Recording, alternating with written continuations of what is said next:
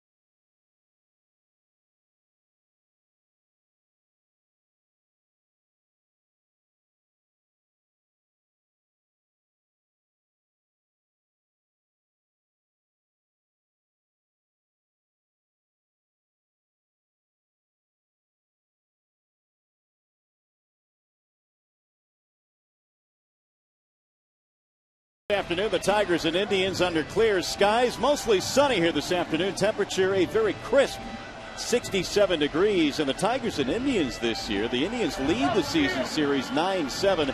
And a lot of these games have been decided by 2 runs or less. The Tigers have had their troubles here at Progressive Field, a record of 2-5 against these Cleveland Indians. Here's the starting lineup for the Detroit Tigers, brought to you by Taco Bell. Sometimes you gotta live Mas. It'll be Austin Jackson leading it off in center field, followed by Andy Dirks in right, then Miguel Cabrera at third base. Prince Fielder in the middle of the lineup, along with DH Brennan Bosch. Avila will catch, Johnny Peralta, Quentin Berry, and Omar Infante batting ninth and playing second base. The opening pitch is brought to you by Budweiser. Great times are waiting. Grab some buds. On the hill this afternoon for the Indians, Justin Masterson making his 31st start of the year. Masterson trying to equal his career high with his 12th win this afternoon, an ERA sub-5 at 4.96. And the book on Justin Masterson. Hey, it's NFL season, right? So let's do a little ground and pound. He needs to keep the ball on the ground. One of the best ground ball rates in the major leagues. Great sinker ball. The pound part, he needs to pound the bottom of the strike zone to get those ground balls. And the traffic alert. Batters hit 87 points higher against Justin with runners on base, and he does not hold runners well. Not that the Tigers run a lot, but they will have openings with Masterson on the mound. Well, let's take a look at the Indians defense, brought to you by Chevrolet. In the outfield, Ezekiel Cabrera opens up in center field, flanked by Chu and Kanzler in the middle. On the infield, Cabrera and Phelps, who double play combination, Chisenhall and Kochman at the corners. And your battery today is Justin Masterson and catcher Lou Marson. And we are ready for baseball as Austin Jackson digs in. And the first pitch of the ball game is in there, a strike on Jackson. Tiger leadoff man, batting .307. It's been a resurgent Austin Jackson this year. Masterson delivers strike two. And already at 96 miles an hour on that four-seam fastball. Andy Dirks, the number 2 hitter, waiting on deck. Tigers have loaded their lineup with lefties today, as to be expected. Jackson, a career high this year with 14 home runs. In the month of September, though, a very salty 341. Wave and a miss, and Masterson has his first strikeout of the ball game. Well, we talked about the sinker and the action on this pitch. We'll see it here. 95 with heavy movement down at the bottom of the zone. There's not much mystery with Justin. He throws the highest percentage of fastballs in the big leagues, 81% of his pitches. So you have to be ready, but easier said than done with that kind of sink. Boy, the Tigers have to be geared for the heater today. Andy Dirks, the number 2 hitter, looks at strike one. Dirks has done a fine job for Jim Leyland's ball club this year. He missed a couple of months with a bad Achilles, but since coming off the disabled list has never stopped swinging the bat. He's over 300. Prince Fielder hitting 4th in the Tigers lineup. This is a Tigers lineup that obviously has a lot of punch in the middle, and that guy right there is pretty good.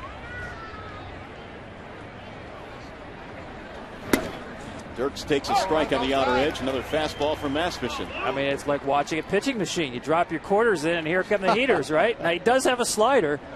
He likes to think of his fastballs as 2 different pitches. The old Iron Mike. It just comes right back at you. That was the 2-seamer right there. He will throw the 4-seamer, and really that's the key pitch for him against left-handed hitters. Get inside on lefties with the 4-seamer. Masterson is still only 27 years of age. And he missed high and away. Count fills now 3-2.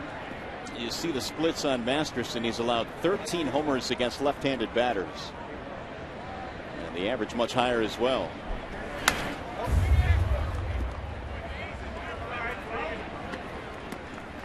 Beautiful day here in Cleveland.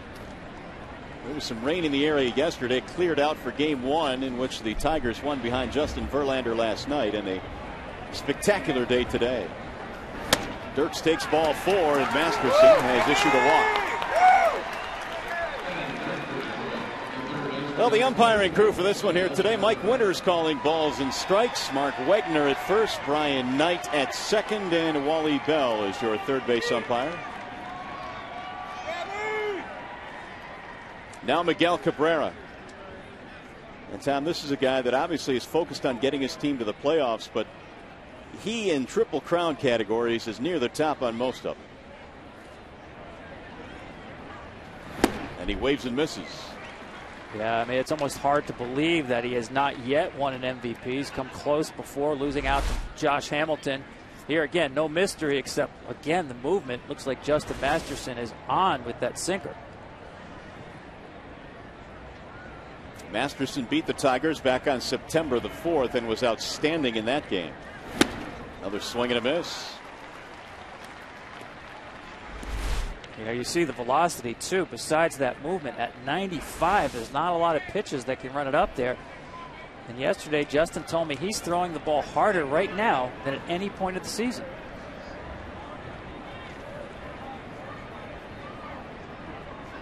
Here's the 0-2.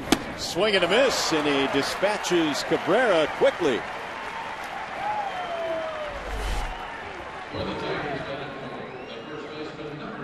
I think right there is an indication that the hitters are going to have a hard time tracking the baseball today. At this time, this is a time built for pitchers where the shadows creep across the field. It just looked like to me, and Miguel seemed to indicate that walking back to the dugout. He had difficulty tracking that pitch.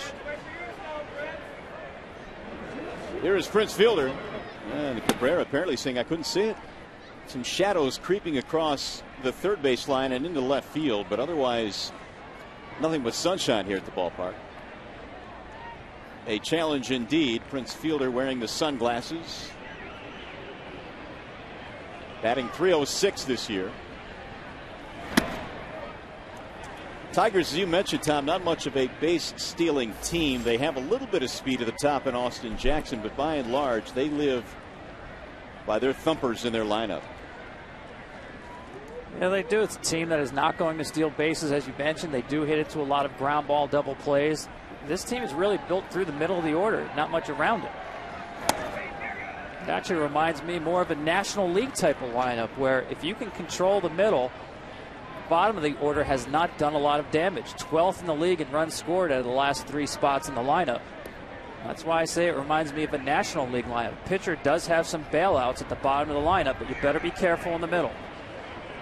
Well, the Tigers had a lineup they felt that would be deep. It certainly was last season. Ball high to Fielder, and he draws the walk. Second walk of the inning for Masterson. Manny Acta in his 3rd season as the skipper here in Cleveland. Team got off to a quick start against this again this year, but the second half has just been a fade for the Indians. Here's where the Tigers have struggled to get productivity out of the 5 spot in their lineup behind Prince Fielder. Bosch is hitting with 2 on and 2 out.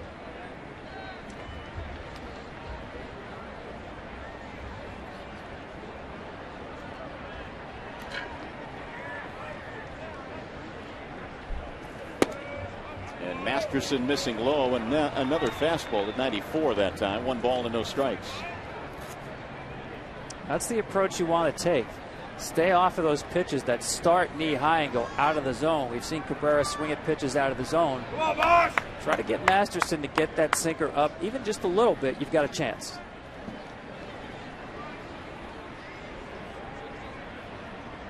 Now the 1-0.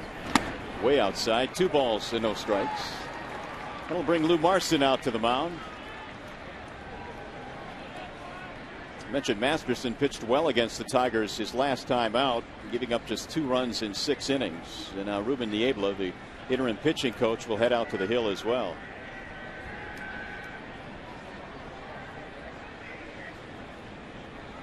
There is no question that Masterson certainly has the stuff. I mean, you and I were talking to Manny Acta before the game here this afternoon, and it's just a matter of finding that consistency, and it's a maturation process that he still apparently is going through.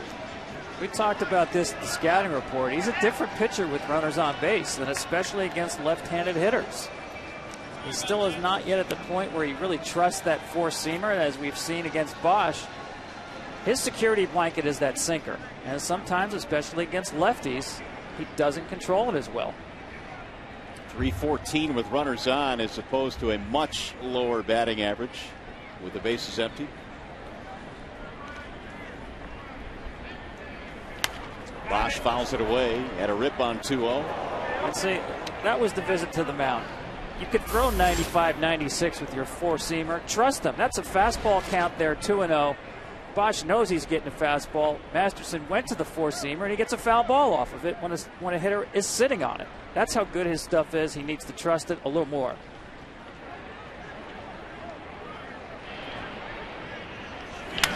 Bosch fouls away another. That one at 95, and the count evens now 2 balls, 2 strikes.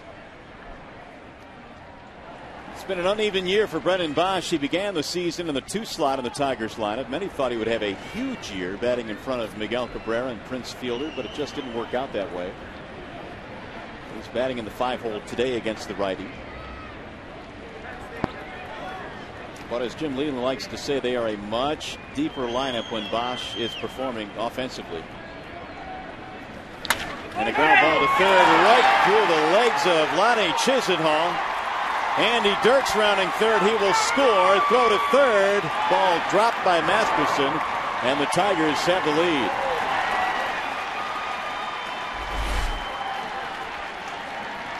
Chisenhall just let that ball play him. He didn't have his hands out in front of him. Ball got underneath him. Then they left third base uncovered. Nice piece of base running by Fielder.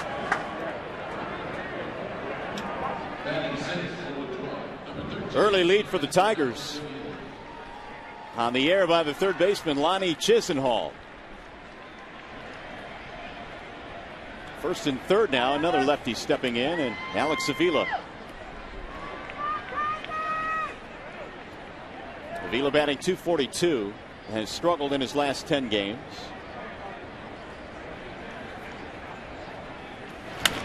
And he shoots one foul back out of play.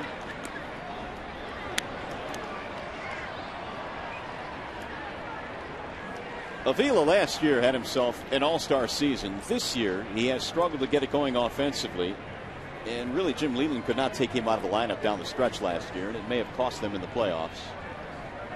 Alex a little bit worn down. This year he's gotten more opportunities to take a blow. Ball low.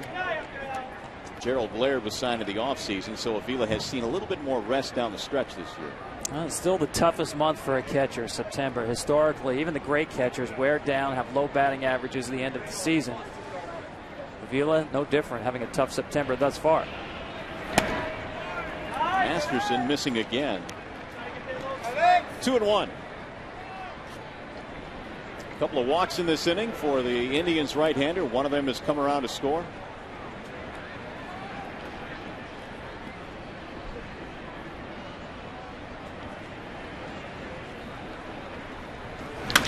Line to left field, and that'll drop. Base hit. Fielder will score. Avila goes the other way with an RBI single. 2-0 Detroit. Watch this fastball up here. Avila does a nice job not trying to do too much with it. Barrels it up, hits it the other way. The last 2 Tigers batters have had a good approach, both Bosch and Avila going to the opposite field. And the Tigers out to a 2-0 lead. Here's Johnny Peralta.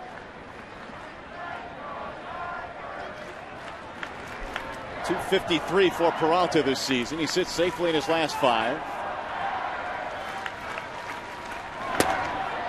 In there for strike 1. Well, one thing about this Tigers lineup, if you're a starting pitcher, you better be ready from Jump Street. Only the Yankees have scored more runs in the first inning than have the Tigers. Obviously, we can get Cabrera and then Fielder up there. That has a lot to do with it. And that is what's made Austin Jackson so important to their lineup this year, and the number 2 slot as well. And already Masterson now 30 pitches in this inning, but putting hitters on base for the middle of their lineup.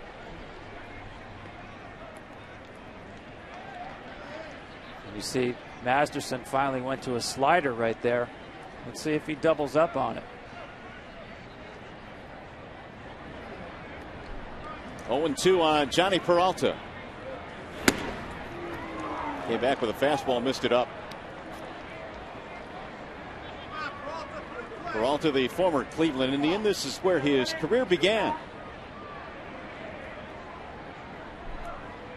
The Indians have been outscored 108-68 in the first inning this year. So This is a movie that Maniacta has seen many times.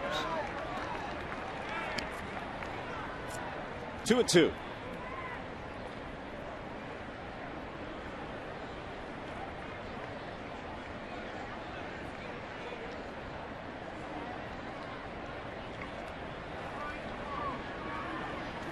Swing and a miss. Down he goes, and Masterson strikes out the side. Not before the Tigers get a pair, and it's 2-0 Detroit.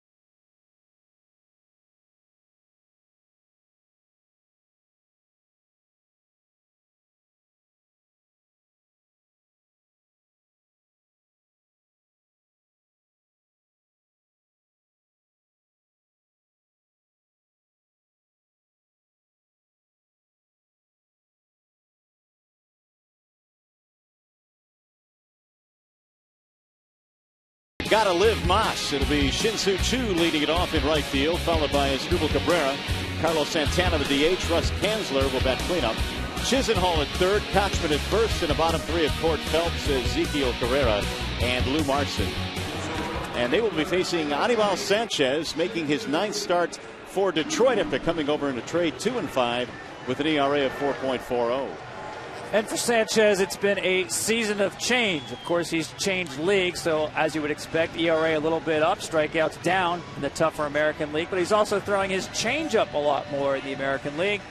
Trouble after 5, and that would be not 5 o'clock, but innings. His ERA in the first 5 is 3.29. After that, it goes up to 7.0. Well, Shin-Soo Choo will lead it off for Cleveland. Tigers get 2 in the top of the first, and Choo looks at strike 1. Shin-Soo batting .280 this year. That combination of power and speed at the top of the lineup. Fouled back out of play. 0-2 on Shin-Soo Choo. It was 1 for 4 in their opener last night here against the Tigers. And the 0-2. Choo earlier this season was batting in the 3 slot in the lineup. Not nearly as good a numbers as he has had batting in the leadoff spot. Maniacta has loved what he's provided there. Hitting .312 leadoff.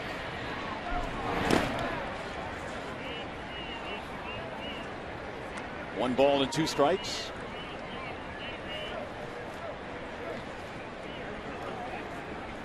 It's an Indians lineup still without Michael Brantley, their center fielder, although they've gotten Asdrubal Cabrera back, battling a sore wrist. Swing and a miss, and down goes Choo. 1 out. Here is the Tigers defense presented by Chevrolet. Behind Sanchez today, you've got Jackson in center field. Berry is in left, Dirks in right. Cabrera and Fielder are your corners on the infield. Peralta and Infante up the middle. And Alex Avila and Anibal Sanchez, your battery this afternoon. Here's Asdrubal Cabrera, and you've got to believe, Tom, that Maniacta is excited about getting this guy back in the lineup. Yeah, he's really been scuffling with an injury to his right wrist, which really has affected him from the left side of the plate. He had an injection yesterday, took batting practice today. All systems go. Sanchez, where he contacts the rubber, he just gets the slightest piece of it on the first base side. Basically his toenails. As long as any piece of your foot touches that rubber, you're good to go. He likes to get on that first base side, as you saw on that pitch to Chu. It helps him sink and run that changeup away from left-handed hitters. 2 balls and 1 strike now on Asdrubal Cabrera. 14 homers this year for Cabrera. Made the All-Star team again this year in the American League for the 2nd consecutive season. A tentative swing for strike 2. And you wonder what kind of residual effect there is on the wrist. And it's one thing to be good enough to play, but it's another thing to be close to 100%. The 2-2. Got him, strike 3. Quick start for Sanchez, 2 strikeouts. Nice slider inside half of the plate. We've seen it all already from Sanchez. Fastball, slider, curve, and changeup to both sides of the plate. Here is Carlos Santana. It has been a much better second half for Santana, who got off to a slow start this year. Batting in the 3 slot, he is DHing today for the Indians.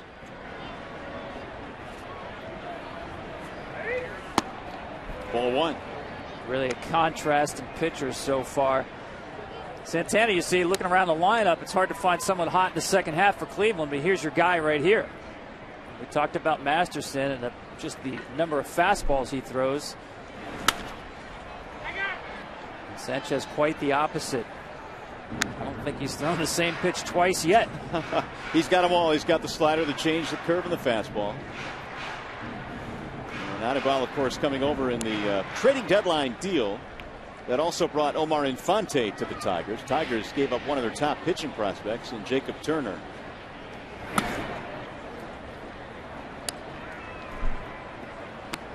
Two balls, 1 strike on Carlos Santana.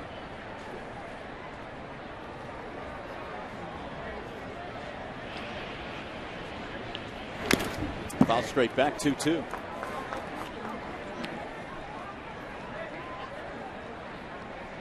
A long time ago, Sanchez was a Boston Red Sox pitcher and, of course, made his way to the Marlins and then to the Tigers. The trade consummated on the 23rd of July. The Marlins got Jacob Turner and a catcher, Rob Brantley, in return. Clearly looking for prospects in that deal. The Tigers obviously in a different situation, and many thought the Marlins would certainly contend in the National League. Yeah, and Dave Dombrowski, the general manager, admitted they paid a high price. Jacob Turner throwing shutout baseball last night. Terrific arm, 21-year-old pitcher. But these two players filled the need for Detroit. Bouncing ball right side. Infante will throw him out in a 1-2-3 start for Anibal Sanchez.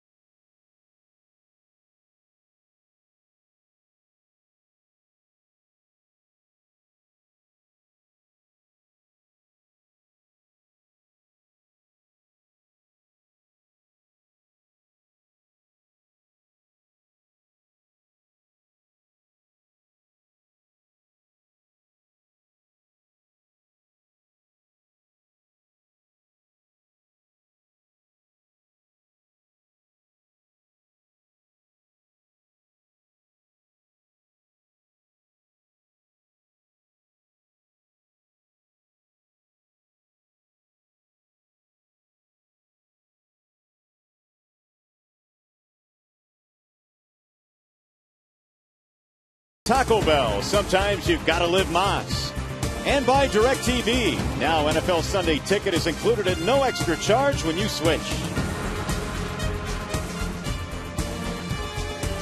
Back here in Cleveland on a gorgeous afternoon for baseball. The Tigers jumping out to a 2-0 lead with a pair in the first. And now Justin Masterson back to work in the second. Quentin Berry looks at a ball high. It'll be Berry, Infante, and then Jackson as the shadows continue to creep. Berry batting .266. That's in there, a strike. 1-1. And we also saw Chisenhall really up on the grass at third base. Berry does have 6 bunt hits. The Tigers, by and large, have very little speed in their lineup. We mentioned Jackson can run a little bit, so can Infante, but Berry has been the one guy that has been outstanding in terms of stealing bases and adding a little bit of excitement to the lineup with speed. Swing and a miss, and down goes Quentin Berry. Let's go to Greg Amsinger now in the MLB studios for a DirecTV game break. TV game break. TV game break. TV game break.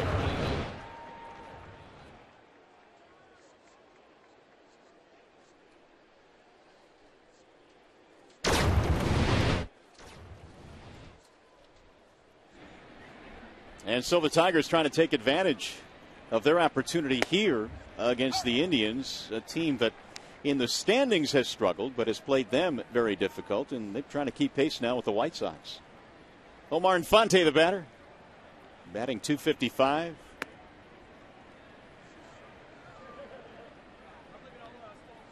Infante has provided a little bit of stability to that second base position for Jim Leyland this year.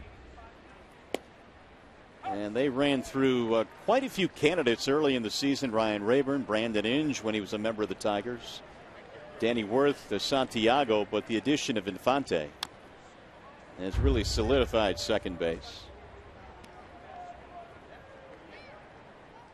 1-2.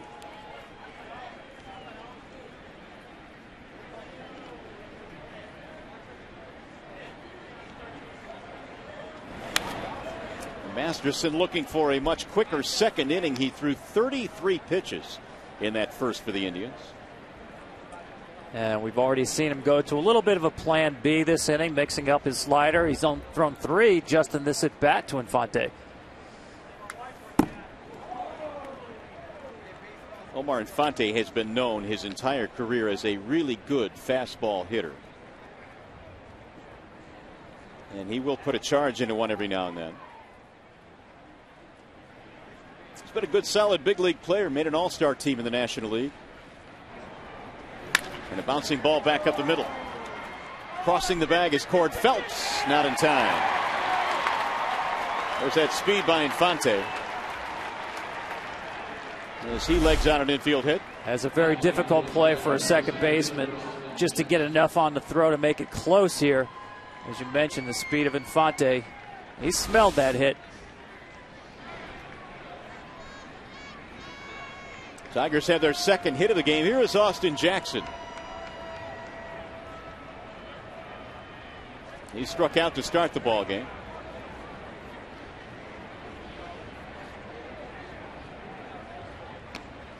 Jackson, Tom, is one of those guys that eventually should win a Gold Glove in center field, and it should be soon. I think his offensive numbers are starting to catch up now, and that seems to be a part of the equation, ironically, for Gold Gloves.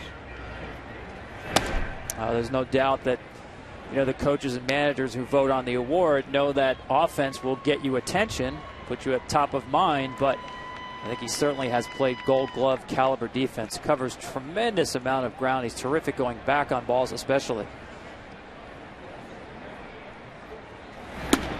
In there for strike one. 1-1 on Jackson.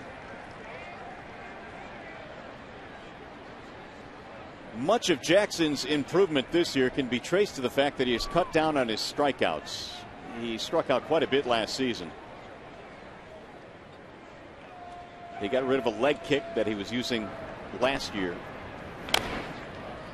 Fouled that one off, 1-2. You talk about great barometers for a young player.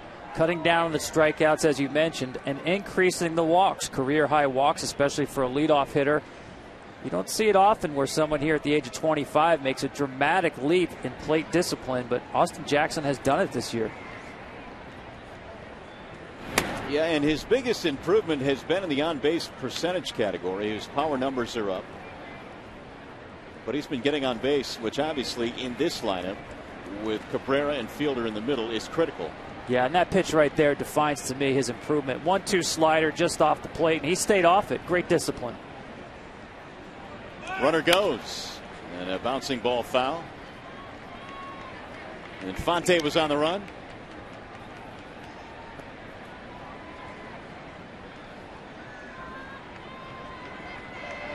Tigers don't run a whole lot, but when Masterson is on the hill, you know there are opportunities. Well, you also want to make sure you stay out of a double play. Teams will run a lot on Justin Masterson in these situations for that reason. Runner goes again.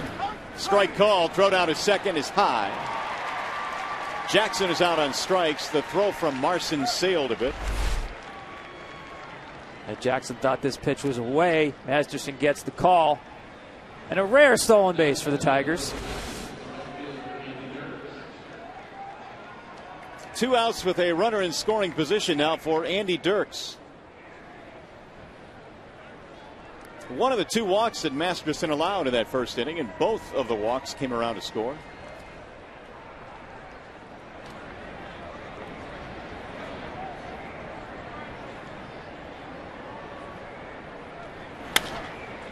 Line foul back out of play. Yeah, it's funny, Mario. You know, when the season started, everybody thought this would be a juggernaut offense, the Detroit Tigers. And here they are. They actually lead the league in runners in scoring position hitting. And yet they're second in on-base percentage. They're only 8th in runs. Well, they've hit into a lot of double plays this year, and the lineup has not been nearly as deep as it was last season. He went around, said Wally Bell. I think you hit it right there. A team that does not steal bases, grounds into a lot of double plays, and has outs at the bottom of the lineup. As you see the rare breaking ball to the left-hander right there. 0-2 on Dirks.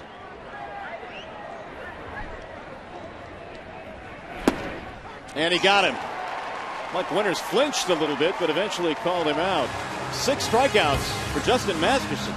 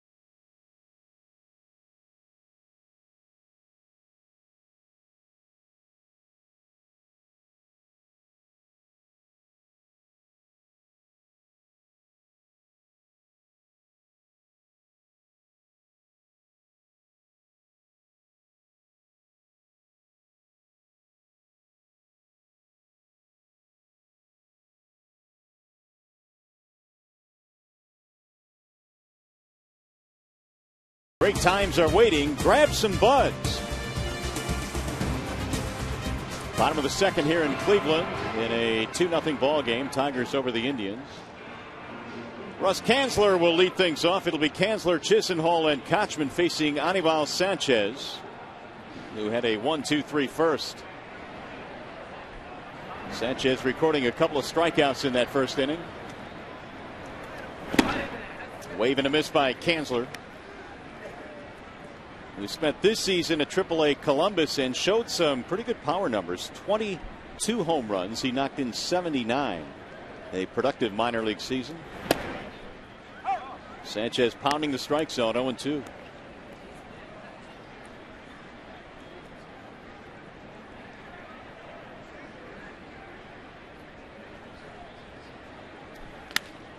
High fly ball, left field. It's a routine play.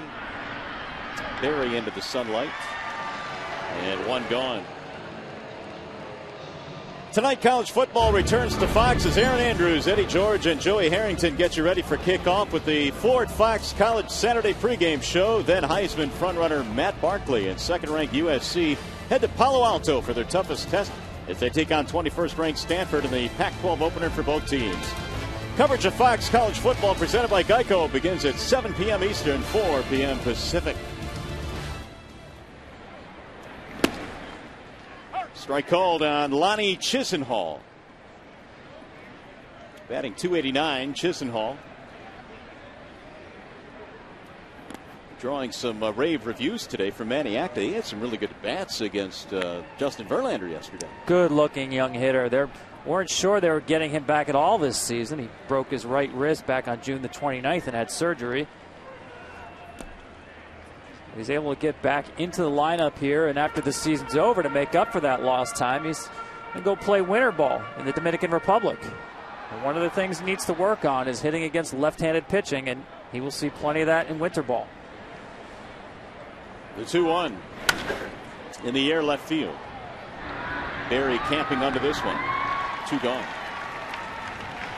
Well, it's an interesting dynamic for a manager like Manny Acta. Your team certainly is out of the race. You certainly have to win as many games as you can here in September. But, Tom, you still have to keep an eye toward next year and your young players. Yeah, it truly is a balance. So you certainly owe it to the other teams in the race to put your best team out there and play the games to win. But at the same time, the Indians are looking at 2013. Here is Casey Kochman. And a guy like Chisenhall certainly a part of their plans. And if Russ Kanzler, with openings at first base and in left field, is quite frankly getting a nice audition here in September. 1 ball, 1 strike on Kochman. Veteran first baseman that has been with several different organizations. He broke in with the Angels. In fact, was originally a #1 pick of the Angels back in 2001. That'll go foul. 1-2. Cord Phelps waiting on deck. The Indians did have a lot of call-ups in the bullpen and position players as well.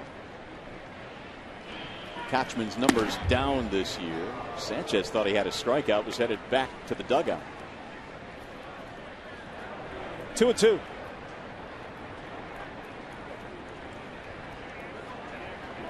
A native of Maracay, Venezuela, Anibal Sanchez. That'll bounce in, 3-2.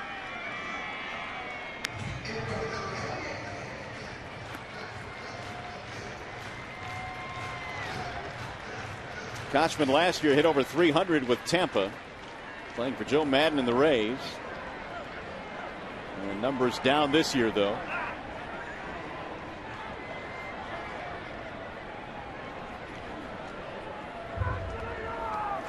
And he lines one to left. Barry right there to end the inning. Well, Miguel Cabrera will lead things off for the Detroit Tigers as we go to the third. Cabrera in search of an MVP.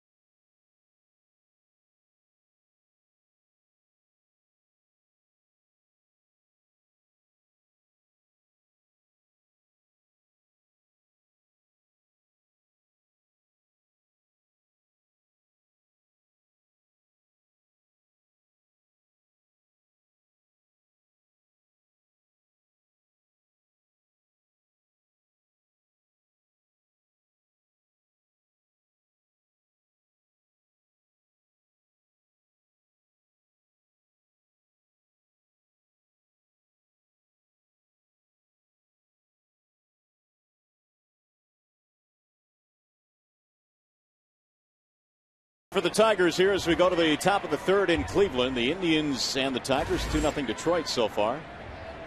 Cabrera struck out in his first at bat against Justin Masterson. And he looks at strike one. Well, Miguel Cabrera is in search of an MVP award, and his credentials certainly would qualify him. Justin Verlander, his teammate, won the MVP last year, and Verlander had these T-shirts made up.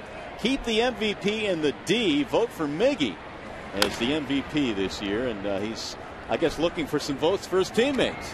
Does he draw a salary as a campaign manager? He doesn't need to draw any kind of salary. He's got a pretty good one of his own.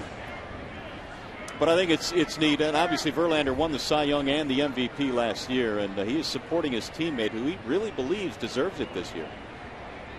Well, it seems like you can pick just about any year for Miguel Cabrera. 3 years in a row he's finished in the top 5, hasn't won it yet.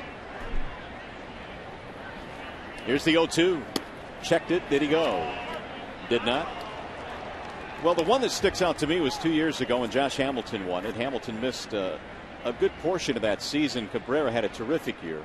He won the batting title last year but did not win it. And who knows? He has some pretty good competition this year. Bouncing ball left side. Chisenhall gobbles it up. One gone.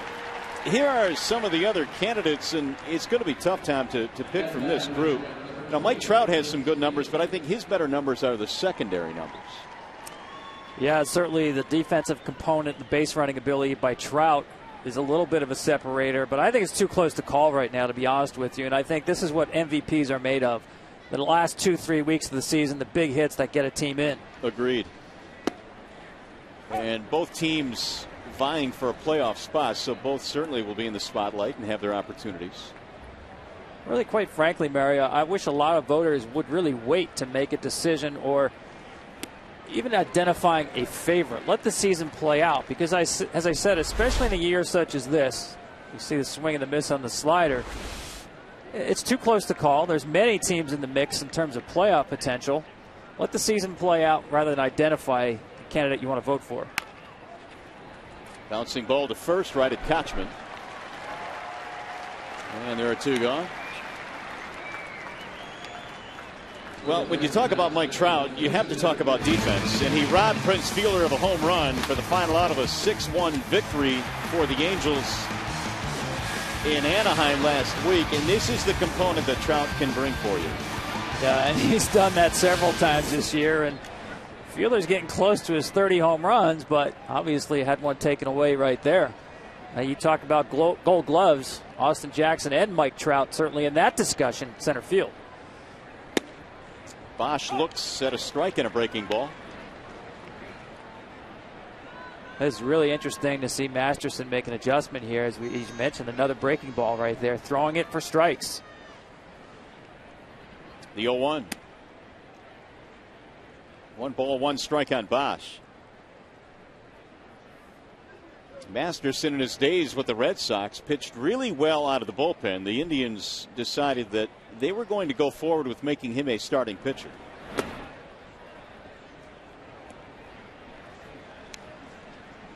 Two balls and 1 strike. Masterson seemingly established himself last year, was 12-10. An ERA is shade over 3. But somewhat inconsistent this year. 3-1.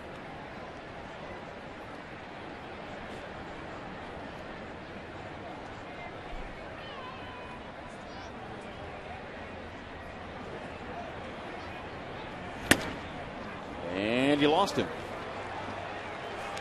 2-out walk.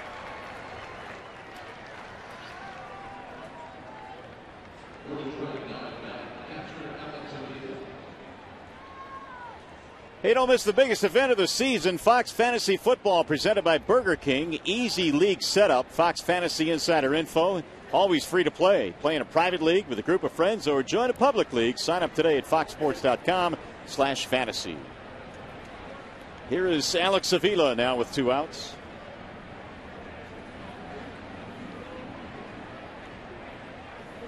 Masterson got into trouble back in the first with a couple of walks as he moves Avila out of the batter's box. Here we talked about the importance of getting the ball inside to left-handers. Obviously, that one missed by a lot inside. Speaking of fantasy football, I was about to draft Justin Masterson. He's got an NFL tight end body, 6'6", 250. Doesn't he, though? I mean, he does profile as a starting pitcher. He is a horse. There goes the runner. And a strike called. Marson unable to hold on to the baseball, and so Bosch will get a steal. Well, the Tigers again taking advantage of the combination, Marson and Masterson. Again, last in the league in stolen bases, but this is a team and especially a combination on which you can run. And we have seen Jim Leyland play it a little bit more aggressively recently. His team went through a spell where they struggled to score some runs. Here's a pickoff throw into center field. Bosch did not identify it, though.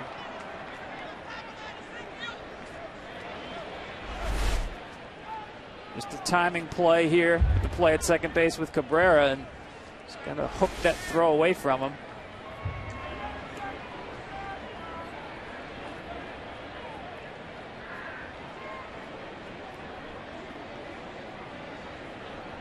Tigers, before exploding in that series in Chicago, went through a stretch where runs were tough to come by as Avila cuts and misses. And so, as Jim Leyland says, sometimes that's managing, putting runners in motion and getting something started for your ball club. Yeah, I'm not sure why, though, Masterson would be occupied with Bosch at second base here with 2 outs. He's not going anywhere. Ball outside, 2-2 on Avila. These are the things that come into play, Mario, when you talk about a pitcher who has such a large differential in batting averages with the bases empty and with runners on base.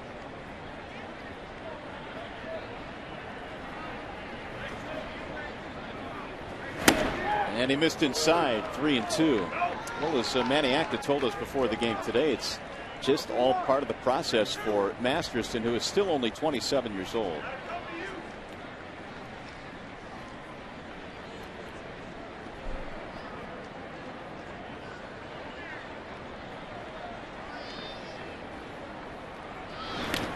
And that hit it.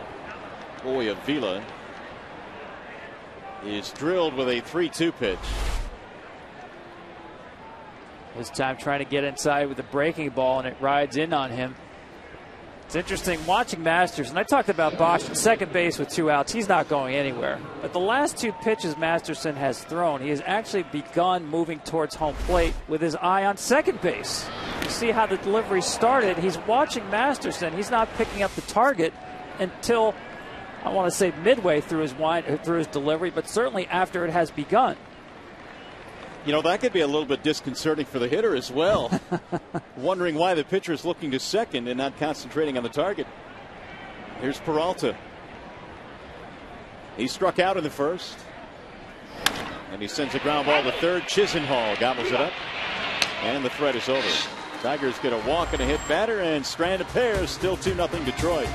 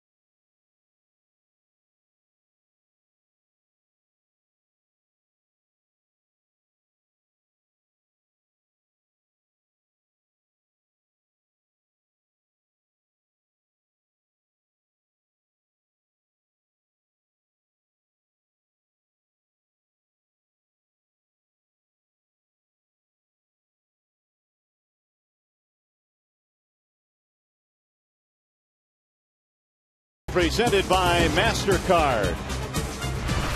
Back here in Cleveland on a gorgeous afternoon for baseball. Anibal Sanchez back to the hill. The Tigers have a 2-0 lead as Cord Phelps will lead things off. And it's our pleasure to be welcoming in the Indians' Travis Hafner, who's trying to make his way back to the field. And we assume he's on that comeback trail. Travis, you've been battling some back issues. Fill us in. How you feeling?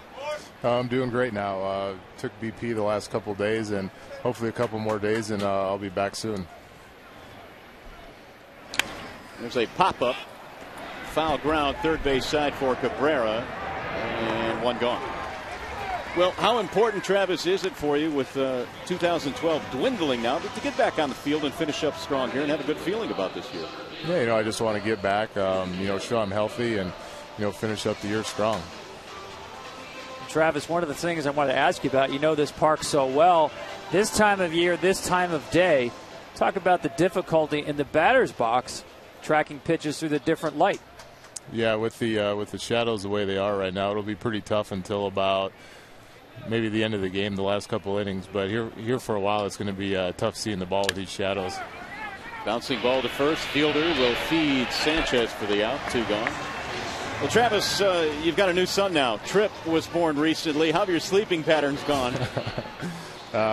He's our second son. Our first son, Blake, is almost 3, but you definitely forget with newborns, they're up every hour and a half or 2 hours. So it was adjustment getting used to that again. But things are going great now, and we couldn't be happier having the 2 boys. You named him Tripp. Is that because you have a couple of triples this year? Yeah, that's exactly what it was. No, it was one of the names that we talked about, and the more we said it, the more we liked it.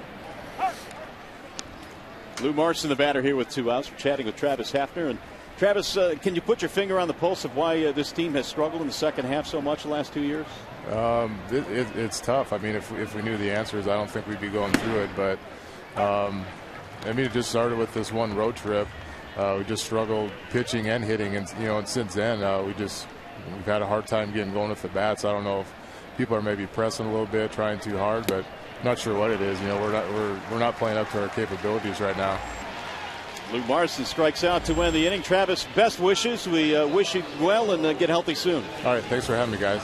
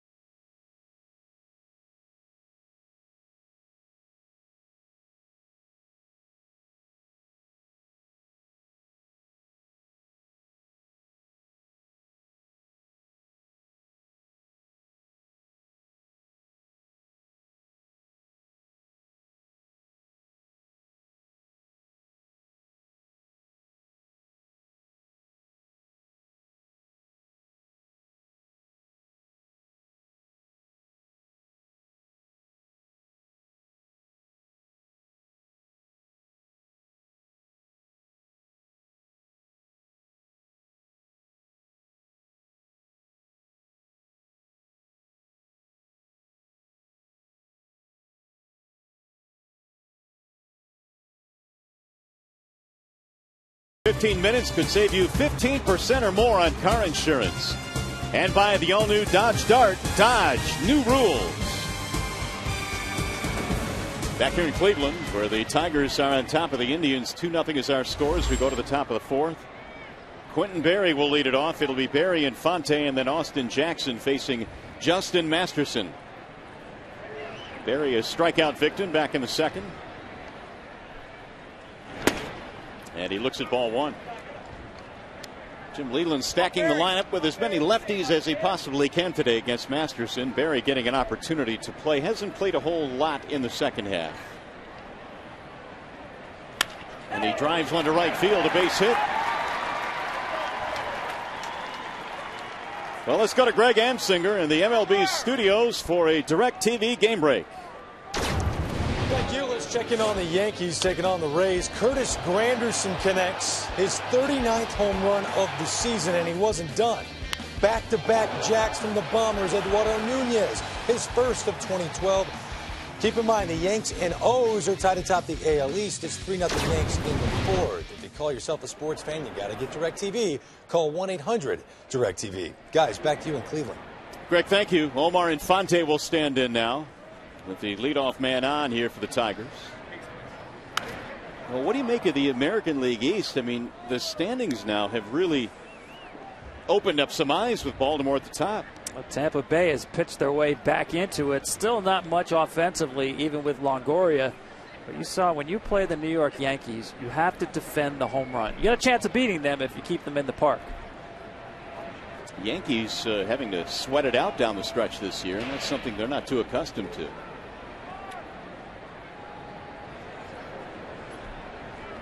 Infante reaching on an infield single back in the second.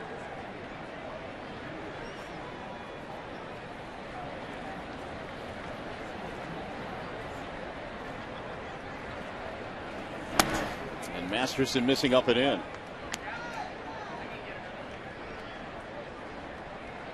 Chisenhall in tied at third. Yeah, and you see Masterson changing the delivery times, holding the ball. This is definitely a run situation with Berry on first base. 19 out of 19.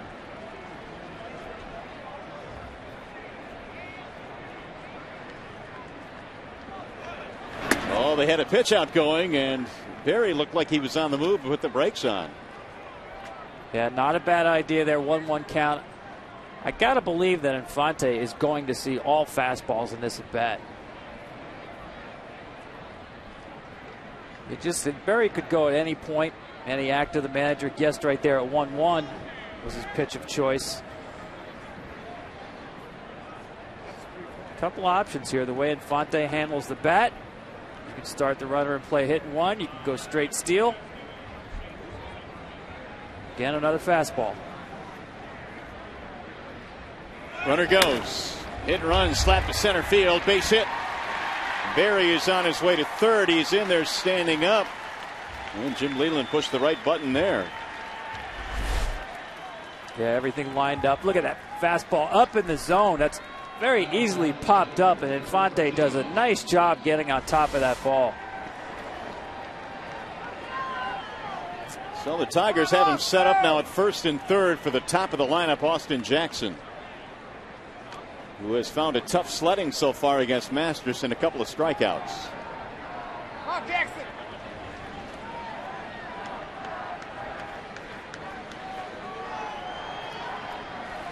Ball one to Jackson.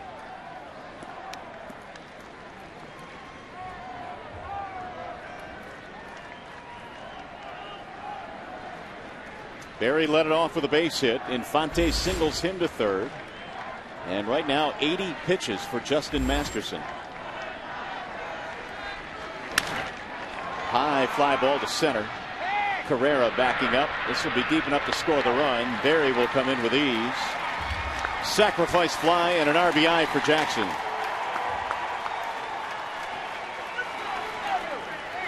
That's a real quality at bat for Austin Jackson right there. In a ground ball double play situation, he gets a pitch slightly down, but over the plate.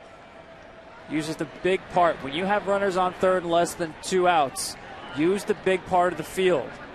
Get the runner in from third no matter how you can do it, but certainly 1 out on the fly ball is preferred over 2 outs on the ground ball. Here is Dirks, who has a strikeout and a walk. Wave and a miss, 0-1.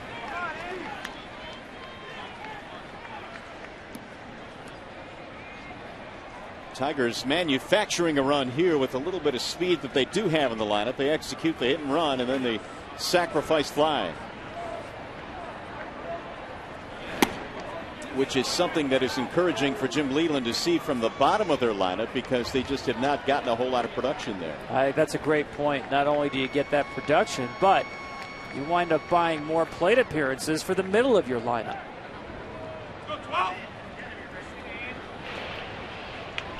Now the 1-1. Runner goes. Marson's throw into center field. On his way to third base. In there is Infante. It's a heads-up play. He saw the ball skid into center and popped up quickly. Now you see this pitch, sinker down, tough pitch to catch and throw on. Marson does his best to hurry it. Skips past Cabrera. Marson's thrown out only 11% of base stealers this year. Of course, that's not always on the catcher. Good jump there at first base, but clearly the Tigers came into this game with a game plan against Justin Masterson. That's a game plan they don't normally use, and that is to run. And the plan now for the Indians is to bring the infield in. Strike called on Dirks, who has a look back for Mike Winters. He did not like that call. Well, he got punched out earlier on a pitch on the outside of the plate, and now this one catches the inside part of the plate. And he's wondering just how wide is that thing. Got him, strike three, and now Dirks is really going to be. That's the second consecutive at bat that he has not been happy with a called dirt strike. Yeah, twice in a row he just dotted the eye on the inside corner. See that pitch come back. It's that two-seamer with the comeback action where it starts at a lefty's hip and just nips the inside corner. Boy, give Masterson credit there. He threaded the needle on 2 consecutive pitches. He gets Dirks looking. And now Miguel Cabrera.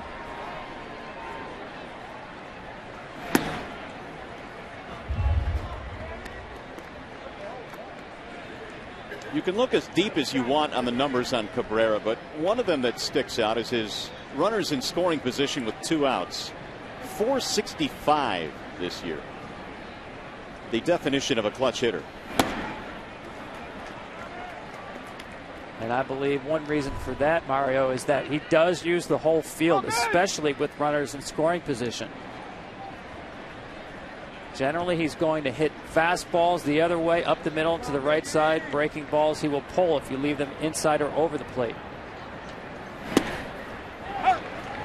2-1.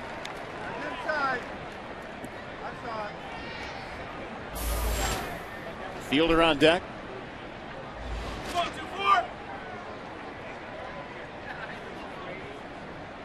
0 for 2 for Cabrera this afternoon. And he drives one on the line to center field. Carrera is there, battling the sun to end the inning. Tigers get another run, and they now lead 3-0.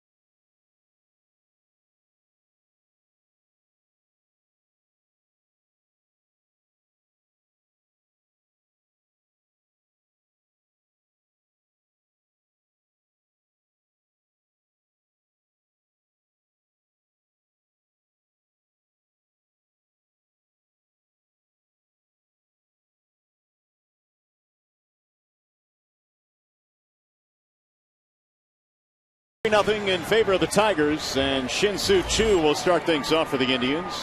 Choo and then Asdrubal Cabrera and Carlos Santana. Anibal Sanchez has been outstanding through 3 for Detroit. And Choo looks at strike 1. Shin-Soo struck out back in the first. I'm going to put a call in Dombrowski. Tigers need you. A little high, 1 ball, 1 strike. Sanchez has been a whole lot better after a little bit of a slow start since coming over in the trade with the Miami Marlins. And I've always felt, Tom, that regardless of how good you have been, when you switch leagues, or even if you stay in the same league and you join a team in a pennant race, there has to be a little bit of an area where there's an adjustment going on. There's no question about it. I think changing leagues is a major adjustment. Ryan Dempster went through that in Texas. 2 or 3 starts. See that ball skipped. It looked like it hit Choo. Apparently it did.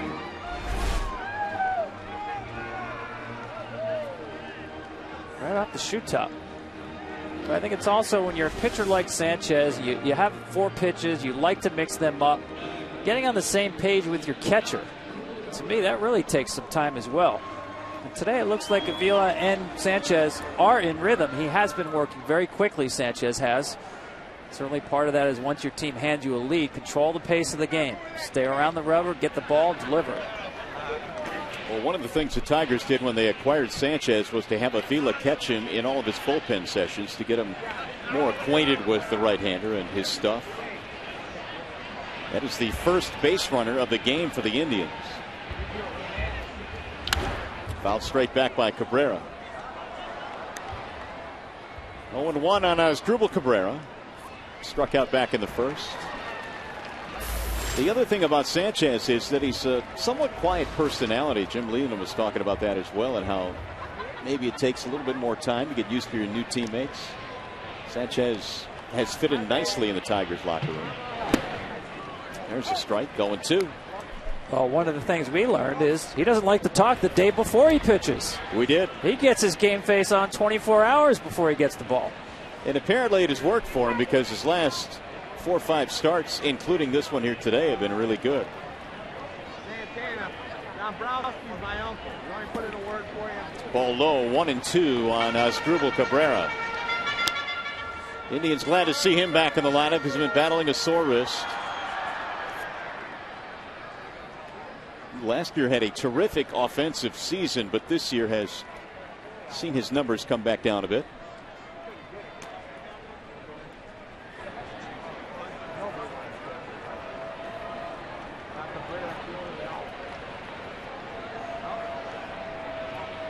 Sanchez has struck out 3 in this game.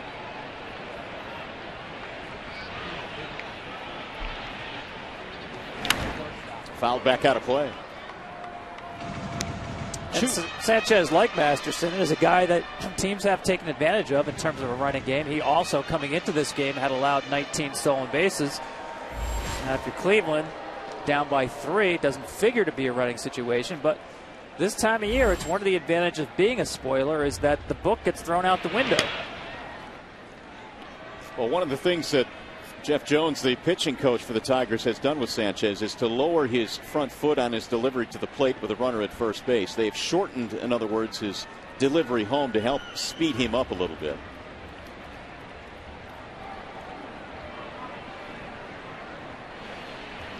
And a wave and a miss, and down goes Cabrera.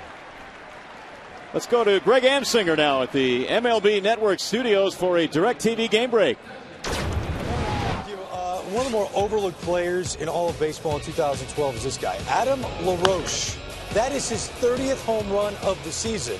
The Nationals with a lead at the moment over the Braves, 4-1 in the 4th. You call yourself a sports fan, you got to get DirecTV. Call 1-800-DirecTV. Mario and Tom, back to you in Cleveland. Greg, thank you. And how about those Nationals? A 7.5 game lead over Atlanta in the National League East.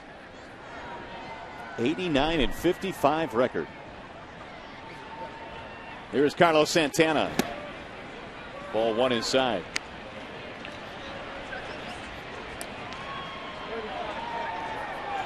Santana batting .249.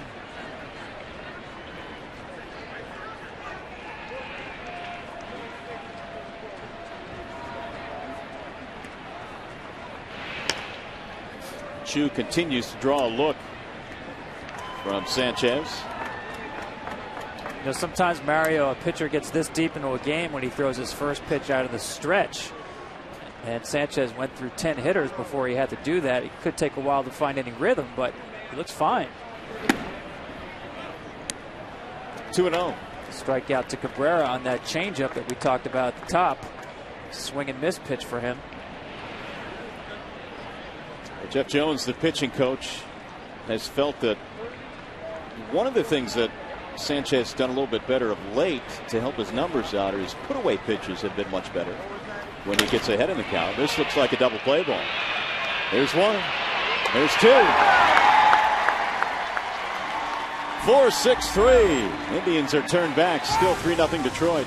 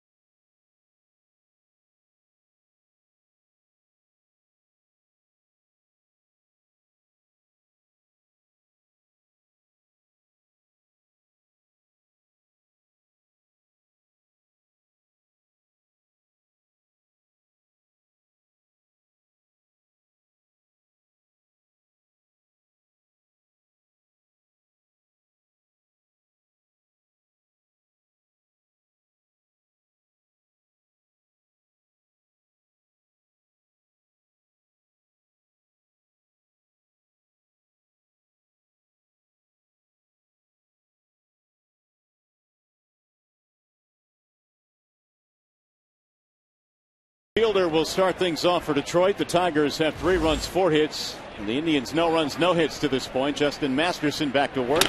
And Fielder sends a ground ball to first right at Casey Kochman. 1 pitch and 1 out. And let's welcome in Justin Verlander, the Tigers right-hander who picked up a win in last night's ball game. Justin, first of all, thanks for taking some time. Last night it seemed like you flipped the script a little bit. You were throwing a little bit with more velocity early on last night. Yeah, you know, it's kind of getting late, and some teams are starting to make some adjustments to me, so just got to adjust back. That's kind of the name of the game. So, you know, decided to break it out a little bit early, a little bit more effort early in the game. How you feeling physically right now? Feeling good. You know, this is what all the hard work in the offseason's for this time of the year. You know, everybody feels good early on, but you got to put in all the hard work and running and lifting and everything so that you feel good this time of year. And, you know, it's paying off for me right now. Brendan Bosch at the plate takes a ball high. 2-0. Well, last night, Verlander baffled the Indians. Justin struck out 6 in the ball game, and he was also helped out by a little bit of defense as well. And that's something, JV, that I know that had to make you feel pretty good. The plays that your corner infielders made. Absolutely, that was you know, that was something. And you know, I was talking to some of my teammates about this. You know, you battle. I get second and third, nobody out, and then I battle and get the first couple guys out, and then you have a guy behind you that makes a great play. When you tried so hard to get those first 2, and then a guy makes a play behind you like that, you know, it just helps you, and it makes you feel good about it, you know, because you know those guys have your back and they're behind you, and And then the next inning, Miggy goes out and does the same thing on the other corner. So it was quite a display of defense last night, and I was the beneficiary of it.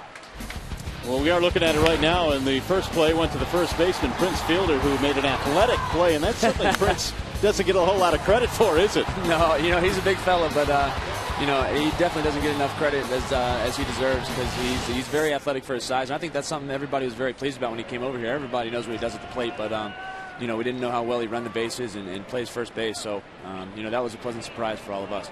Hey, Justin, I know you like to golf. The start time today reminds me of an afternoon tee time in a tournament where someone has already posted a score with the White Sox playing earlier. How many Twins fans did you have in that clubhouse, and how much do you pay attention to the other games? We got to get prepared, but we're obviously doing a little bit of scoreboard watching, seeing what's going on there, and once you come between the white lines, it doesn't really matter what those guys are doing. We got to win air ball games and give ourselves a chance. Alex Avila standing in now with 1 on 1 out. Tigers up 3-0 here in the 5th over the Indians. And Avila fouls it off. Well, Justin, everybody asked us, well, what's wrong with Justin Verlander this year? His numbers aren't all that good. Here you are sitting with 14 wins, a 2.82 ERA. You've struck out over 200 batters. Did you set the bar too high last year? I don't think you ever can set the bar too high. I expect a lot of myself. So, I don't think I've been quite as consistent as I was last year. But at the same time, I feel like I've pitched pretty well. Obviously, the wins don't show that. But hey, that's okay. As long as we're in the hunt here in September, which we are, hopefully I can have an impact down the stretch run here. Hey, Justin, I got to ask you about Anibal Sanchez, the way he's throwing the ball, not just today, but really the last 3-4 starts. Not a lot of run support. Tell me what you see from him.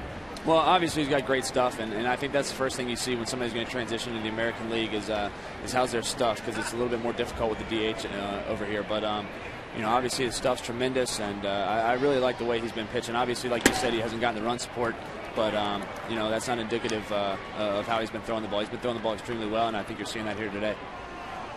We talked to Travis Hafner earlier about hitters having trouble tracking the ball through the shadows here late September, late afternoon. What can a pitcher do to take advantage of that? Well, I think it helps with off speed. I think, a guy like Masterson with a big sinker, I think makes it a little bit more difficult. But there's a drive down the right field line that'll go to the corner. Bosch on his way to third. He will come around. He'll score, and Avila has a double and an RBI. Yeah, keep my streak alive. We scored. Yes. We didn't want to bring that up, but apparently you do have some mojo going. That's right. I'm going to do this every inning.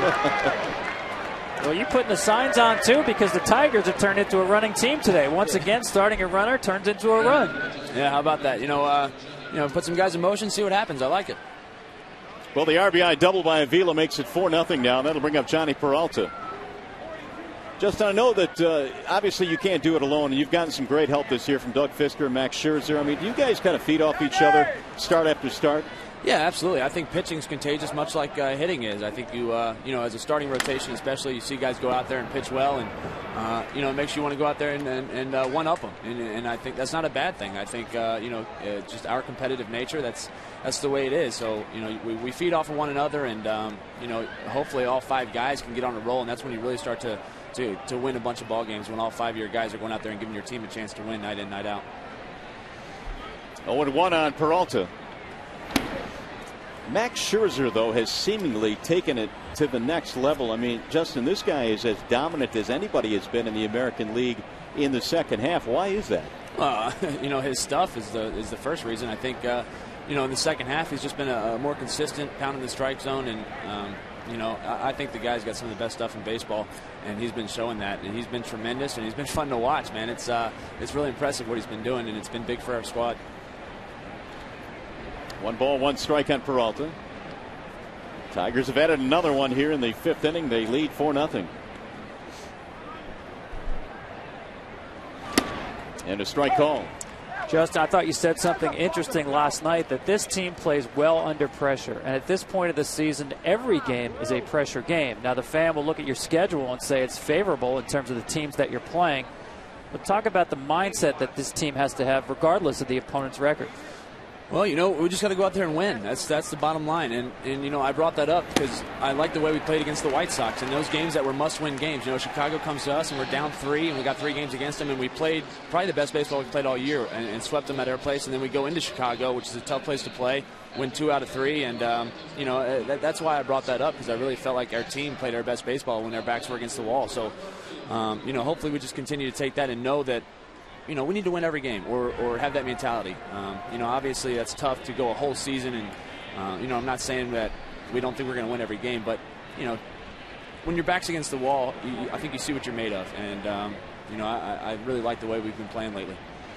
Quentin Berry will stand in now with 2 outs, and he sends a ground ball to the shortstop. Going to be a tough play. In fact, they go to third and throw it away, and a run will score as Avila comes in standing up. Cabrera knew he had no shot at getting Berry. He went to third, but Chisenhall wasn't home. Yeah, that's exactly right. Chisenhall bought a ticket, was a spectator on this play when he's got to know, as you mentioned, with Berry's speed, there is no play whatsoever at first base. The only out here in order is at third base, and Chisenhall just doesn't get there in time. Cabrera tries to lead him. Instead, another unearned run. Well, Maniaca will make his way out to the mound. Justin, always great to talk to you. Congratulations on keeping your streak going here, getting the Tiger. My job's done here. Thanks, guys. Right. Thanks, Justin. All right. 5-0. Tigers lead it. Back to Cleveland.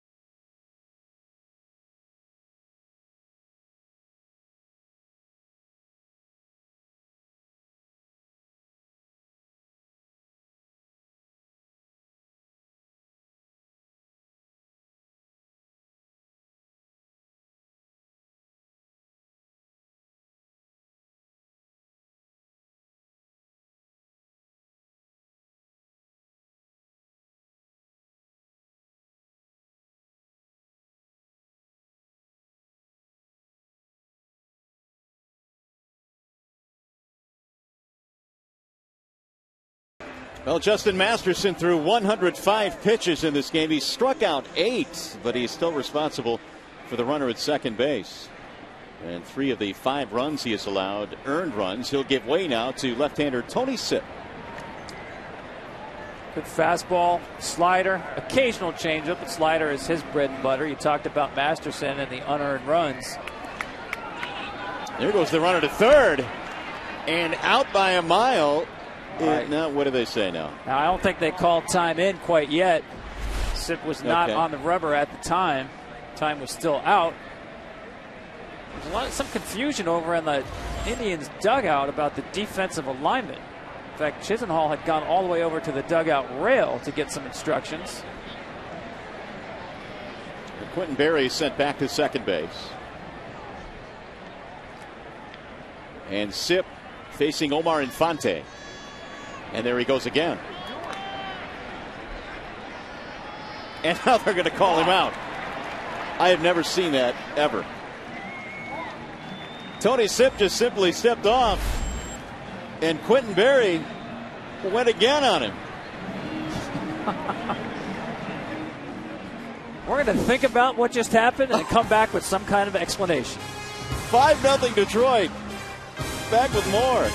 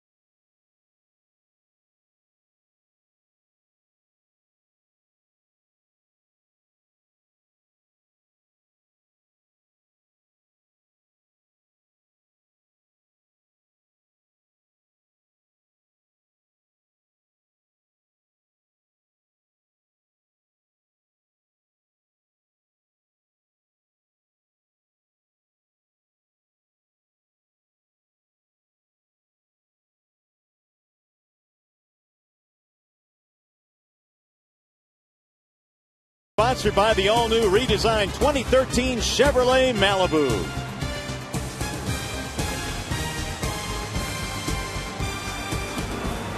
Back here in Cleveland, where Quentin Berry, this is a heck of a way to get caught for the first time, I should say, all season. Tried to take third. That was the first one. They sent it back because the ball wasn't put in play. But then Tommy did it again. Well, you can see the difference there. Time was back in play. Sipp had started on the rubber. That put time back in play, and then stepped off. So it's a live ball at that point. I'm telling you, Mary, the only one more confused than me about that play, Quentin Berry. No doubt. No doubt. And he had a little chat with a pair of the umpires. He went back to his defensive position. In any event, here come the Indians now. Anibal Sanchez has been outstanding today for Detroit. 5-0. Tigers have the lead. In a tighter ball game, that certainly would not be something that Jim Leyland would be okay with, and obviously he still isn't, but a bizarre play.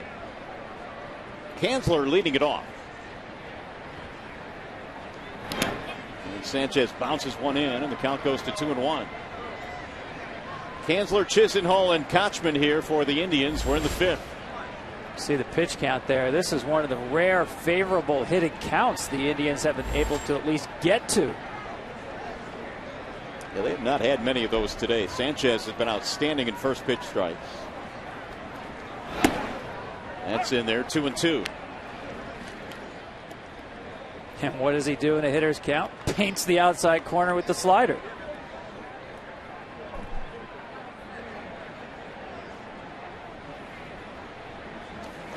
Ground ball, second base side. Infante. Kanzler is out, one away.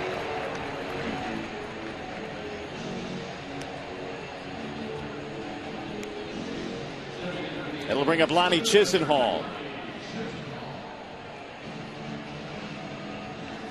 Flat out to left field his first time up. Indians have had only one base runner. Chu was hit by a pitch in the fourth and then eventually erased on a double play. And again, Sanchez pounds the strike zone and gets ahead with strike one. He softened that overhead shot. The mound and the batter's box all in shadows now, but the background is still bright. Driven toward left field. Barry is on the run. 2 gone. Well, tomorrow on Fox NFL Sunday, Adrian Peterson of the Vikings look to stay unbeaten as they take on Andrew Luck and the Colts. Or the Cardinals Patriots, Saints Panthers, or Giants Buccaneers. Or the Cowboys try to win their second straight as they battle the Seahawks. Or the Redskins and RG3 take on the Rams. It all begins with the Built Ford Tough Fox NFL Sunday pregame show at noon Eastern, 9 a.m. Pacific. Here is Casey Kochman.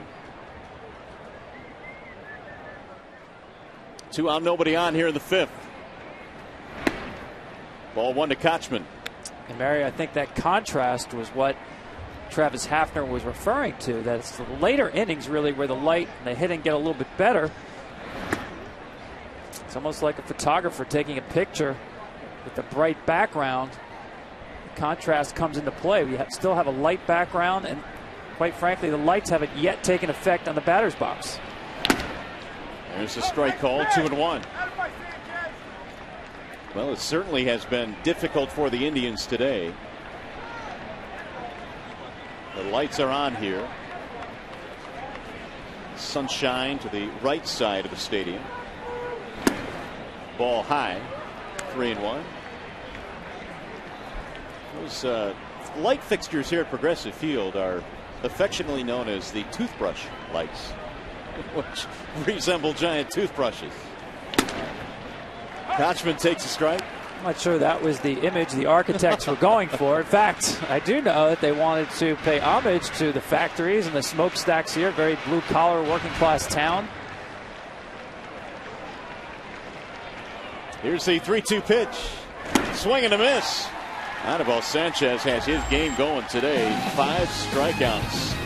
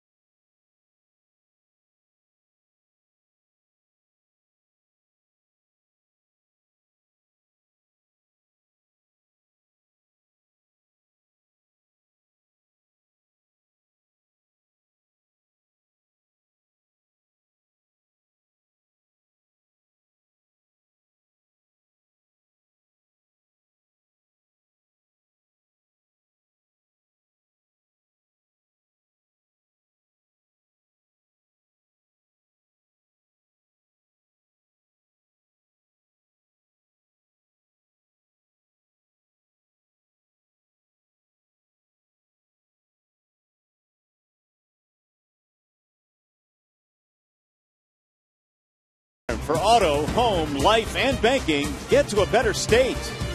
And by Firestone, reminding you that whatever you drive, drive a Firestone.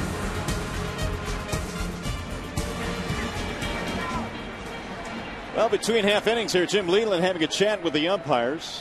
And we assume it was about that play with Quentin Berry an inning ago. An odd play in which Berry broke for third base.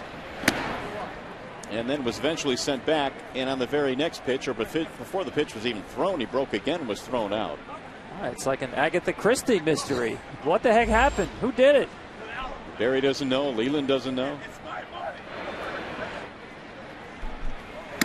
Ball high to Omar Infante. Here it is again. The only thing I can think of is that possibly he was trying to influence a balk there. Because if Sip doesn't step back off the rubber, then it's a balk. He clearly stepped back.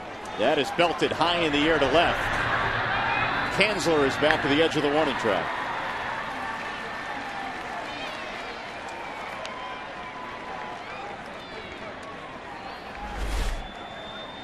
See Sip, he's on the rubber. You see the home plate umpire signal that time is in. Now he steps off. That's a proper legal move. Nothing wrong about that. No. And maybe you're right. Maybe he was trying to induce the balk. But Barry has the ability to steal that base on his own. He was perfect until then. Here's Austin Jackson. So Tony Sip came on in the 5th inning, didn't even throw a pitch. And he's working here in the 6th. Jackson had a sacrifice fly in his last at bat. And he drives this one to the air to center field and deep. Cabrera is on the run. They'll run it down.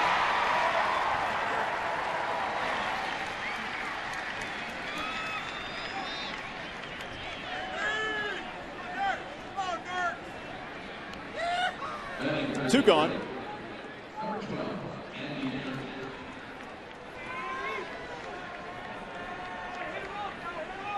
Here's Andy Dirks. A couple of punch outs for Dirks looking at his last 2 at bats.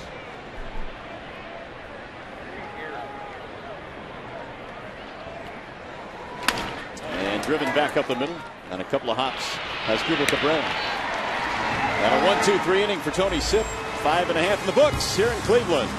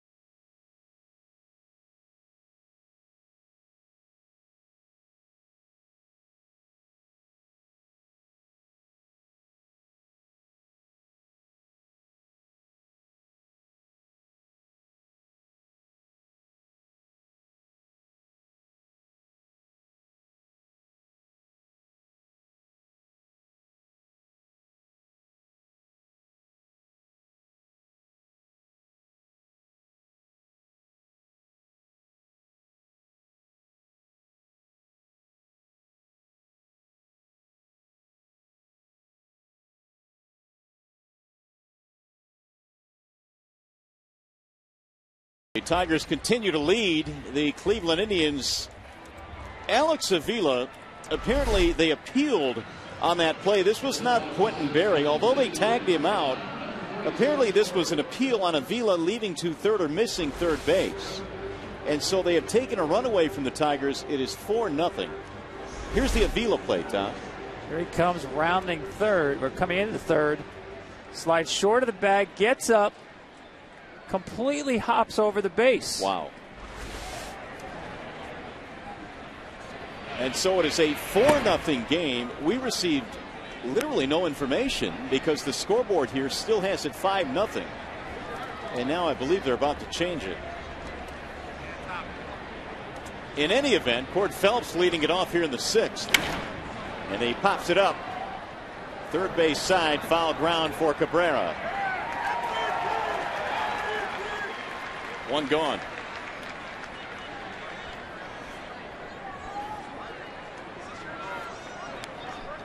Well, we went from an Agatha Christie mystery to an absurdist play right there. Yes, we did. And we got Lonnie Chisenhall tagging a runner on an appeal play. I guess that was just in case. But heads up by the Indians dugout. They caught Avila missing the bag. And Wally Bell, the umpire at third base, all over the call. Had that correctly. So that means that Berry was not caught stealing. And it was instead an appeal play. 1 ball, no strikes on Ezekiel Cabrera as he looks at a ball high, 2-0. See here, he just hit a Velcro patch there and really didn't slide. Kind of stuck and then hopped over the bag. Yeah, he clearly missed third base.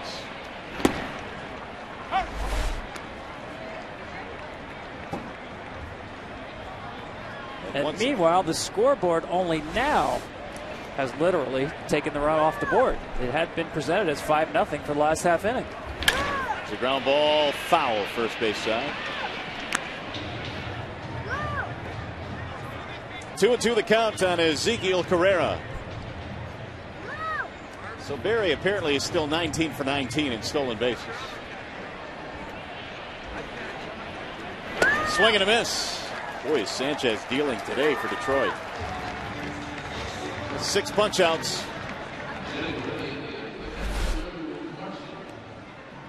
Watch this pitch just ride completely out of the zone. Started on the outside corner and had a lot of run into the other batter's box.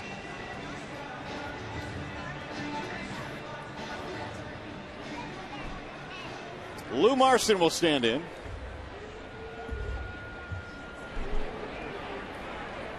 Marston struck out back in the 3rd. In for strike 1. 4-0 Detroit here in the bottom of the 6th.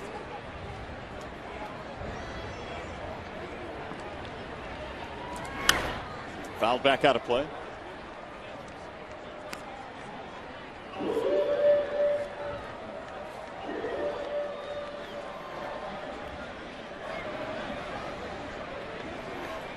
Sanchez yet again ahead of a Cleveland hitter here this afternoon. He's done that all day long. There have not been too many hitter-friendly counts for Cleveland's side. Rolls that one foul.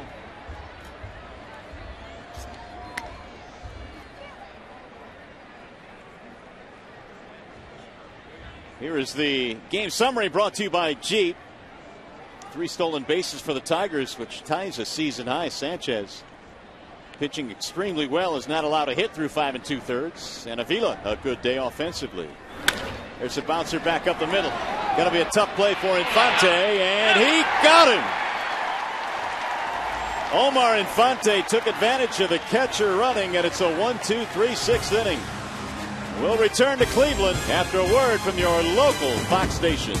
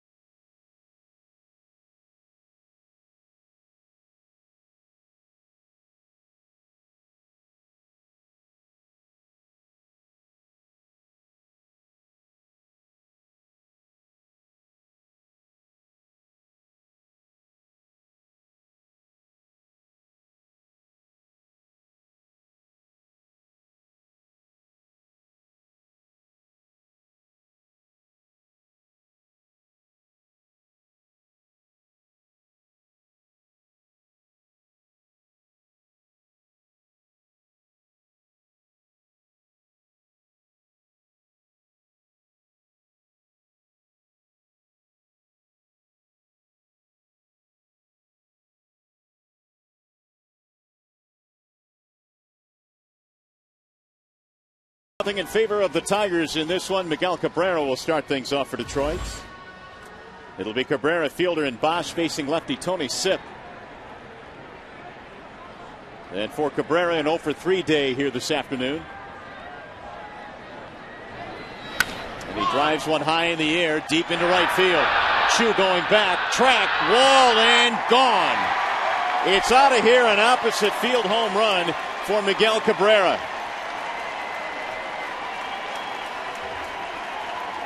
And that's what makes this guy so special, his opposite field power.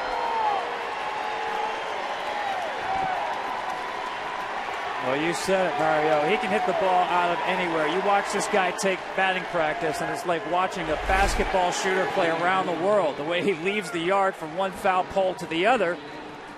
There's a pitch inside that he just crushes to the opposite field. There's some Tiger chants now from the fans in attendance here. MVP. Ball low to Prince Fielder. We saw early in the game, we noticed he was having trouble in the difficult shadows tracking the ball. No difficulty there. Number 37 for Miguel Cabrera. And the Tigers do get that 5th run back that they had taken away. Missed it inside. That's his 10th home run of the season on first pitches. He's hitting well over 400 when he swings at first pitches. You can find just about any number on this guy, and it's a superlative. Fielder looks at a ball away.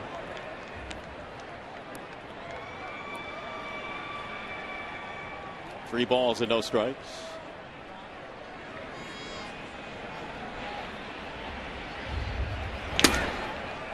And he walked him.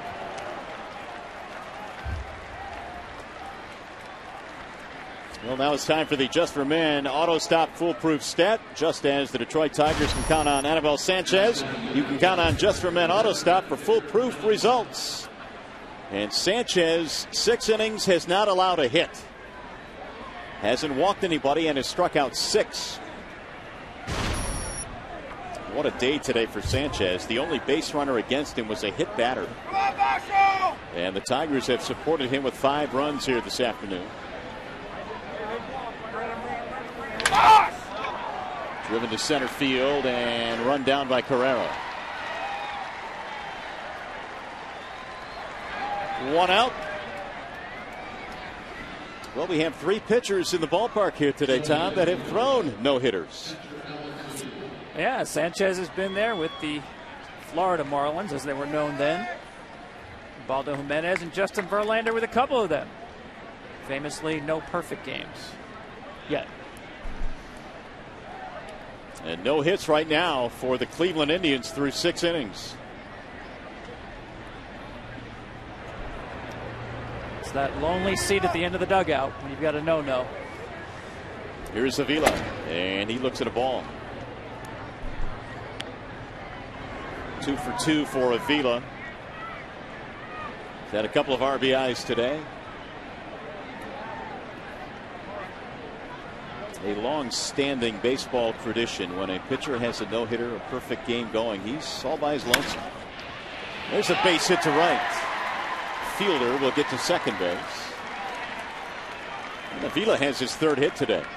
Yeah, that's a nice sign for the Tigers. All good at bats today. This one against the left-hander. See Casey Konchman, he's as good as it gets over there at first base. Just cannot quite get to this ball with the dive.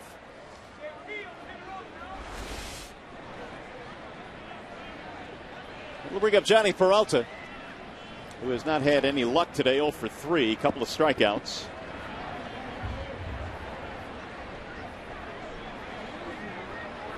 Tony Sipp came on and had a 1-2-3-6, but surrendered the Cabrera home run here in the 7th. Ball 1. Sipp is an interesting, if not a feel-good story, when you consider the fact that Tony was a 45th round draft choice back in 2004, and not too many of those guys get to the big leagues. No, but I think if you're left-handed, you got a little bit better shot, right? No doubt. No doubt. as Ruben Niebla, the interim pitching coach, heads out to the mound. Cody Allen, they're very high on him. He is warming up in the bullpen.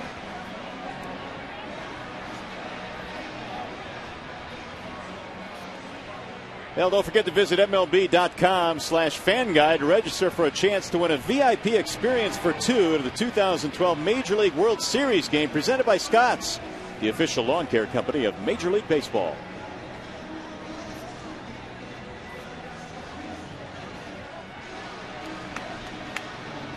One 1-0 on Johnny Peralta. Indians have gone through some pitching coaches in the last year. Tim Belcher, Scott Radinsky. Radinsky let go earlier this year, and now Ruben Niebla on the interim basis.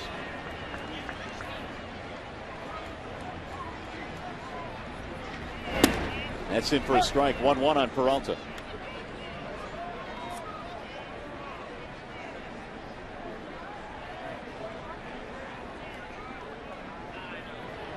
Fielder a walk, Avila a single.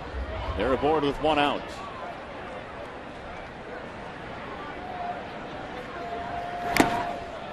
Foul tip into the glove. 1-2. Well, we talked about openings in this Cleveland team. Certainly starting pitching will be one of those. Probably at least two spots in the rotation. They thought they were set this year with Ubaldo Jimenez and Justin Masterson at the top of the rotation. Didn't quite work out that way. Derek Lowe as well. Pitched well early, then ran out of gas.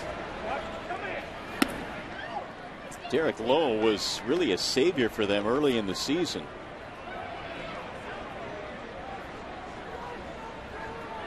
But Jimenez and Masterson were combined 20 and 28 for Manny Acton. Driven down the left field line. It'll hook though and go foul. And really, Tom, when you look all across baseball, if you want to have a chance, A, to get to the postseason, and B, to make any kind of noise, you need starting pitching. It's just a simple fact. There's no question about that. And certainly you look at the surprising success of the Oakland Athletics, I think directly attributable to their starting pitching. Ball inside, 3-2. Not a great offensive team, but you don't need to be a great offensive team when you have superior starting pitching. You also take strain off your bullpen. You can build a contending team with a foundation of starting pitching. Fill in with a decent offense, good bullpen. Trying to do it without starting pitching, it's extremely difficult no matter how good your offense is, no matter how good your bullpen is. The thing about the A's is that every time they get someone who is ready to make some money, they spin him off, and yet they still get some parts that immediately impact their rotation. Good young pitching in return. Here's ball 4 to Peralta. That'll load the bases. The second walk in the inning for Sip. Allen continues to warm up in their bullpen. And the Indians right now already trailing 5-0. Delman Young will pick up a bat. He has been on the bench today, and he will pinch hit for Quentin Berry. Well, you know this about Delman Young. As soon as he picked up that bat, he was ready to swing. That he was. Now Manny Acta waiting for Young to be announced before he officially crosses that line. And now he'll make the change. So Tony Sip will depart. They'll bring the right-hander in, and we will step aside. 5-0 Detroit in Cleveland.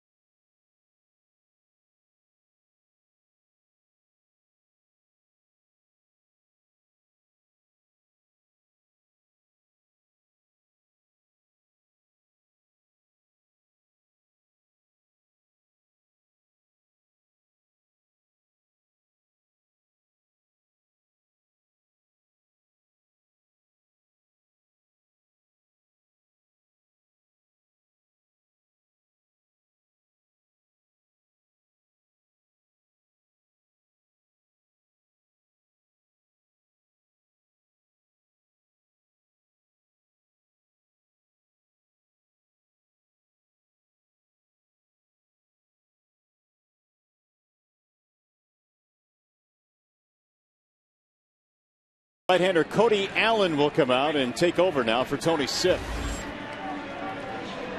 There's one of the good arms out there. Good fastball, mid-90s. Excellent curveball. One thing you can do this time of year, Mario, with the expanded rosters, when you have a 10-man bullpen, you can start matching up much earlier than you normally would. No doubt. And the Indians have done that here with Delman Young pinch hitting now for Quentin Berry.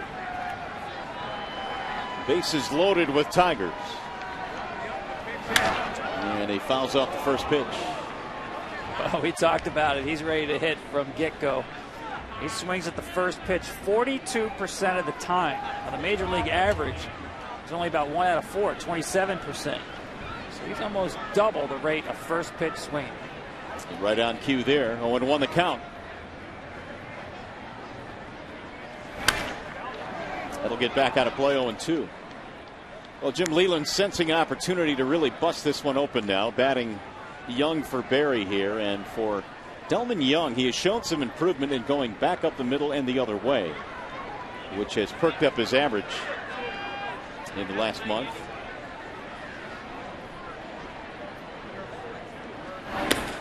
He laid off that. Yeah, that's a good take right there. One of the reasons you'll see a very aggressive hitter early in counts is that they don't trust themselves to get deep into counts. And Delman Young, certainly not an exception to that rule. Well under 200 with 2 strikes, and when pitchers have control of the count.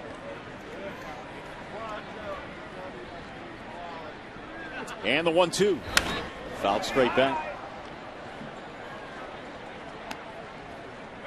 Young started the season as the left fielder for the Tigers, eventually moved into that DH slot.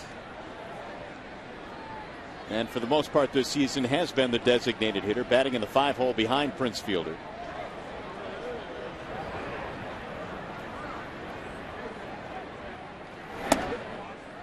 Allen missing outside. 2 balls, 2 strikes. Cody Allen, an interesting story as well. He got to the big leagues very quickly. It was a draft choice last year, a 23rd round pick in the 2011 draft. And here he is in the big leagues the following year. Rapid movement up through a minor league system is usually kept for guys that are high draft choices, but a 23rd round pick to move that rapidly, they must be impressed with his arm. Yeah, you can see right there, good hard 96-mile-an-hour fastball. Delman Young, though, doing a very nice job extending this at bat. Omar Infante waiting on deck. And the 2-2 into the glove for strike 3, and Young is out.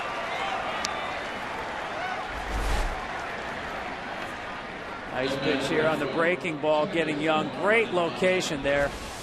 Just a well executed pitch in a situation where he really did need the strikeout. Here is Omar Infante with 2 outs. A couple of singles for Infante and a stolen base. Wave and a miss, 0-1.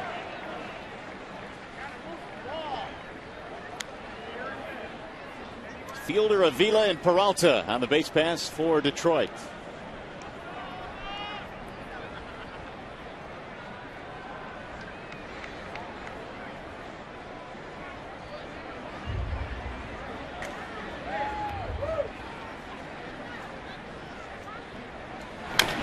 Chopped foul. The count is 0-2.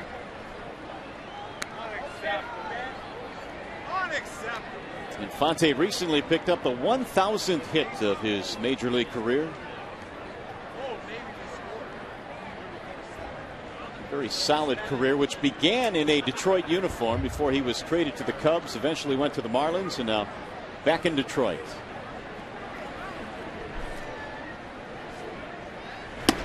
Got him, strike 3, and Cody Allen strikes out a pair out of the bullpen. Tigers settle for 1 run, and it's now 5-0.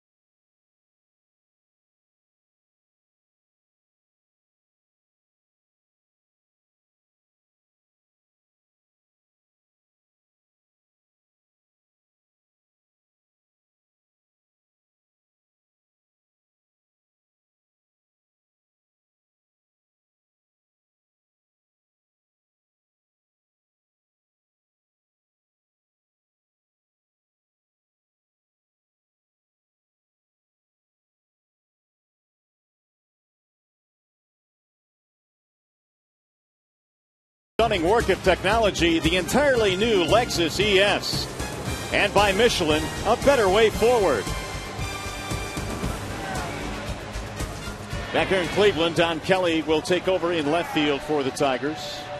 And a defensive replacement. The story here today, though, is Anibal Sanchez. 6 no-hit innings for Detroit. And he will face the top of the order, Shin-Soo Choo, Asdrubal Cabrera, and Carlos Santana. Next year you're going to Detroit. And the first pitch is low. 1 ball and no strikes to Choo. They've had just the 1 base runner. That was Choo. He was hit by a pitch in the 4th inning. The 1-0. Swing and a miss. Sanchez came in with sparkling numbers in his last 4 starts. He's gone 1 better here today. And it's rolled foul. Well, once again, any pitch, any count. You saw the changeup on a 1-0 count where Choo thought he was getting a fastball, and right there came back with the breaking ball.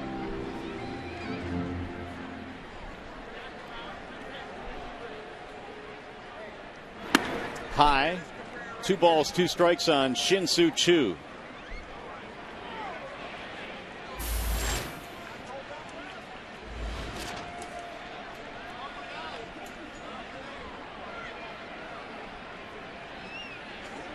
The 2-2. 3 balls and 2 strikes. Saw right there, Avila went through 3 signs before he got to the pitch that Sanchez wanted. I think that's a good sign. Multiple choices right now for Sanchez. Everything working.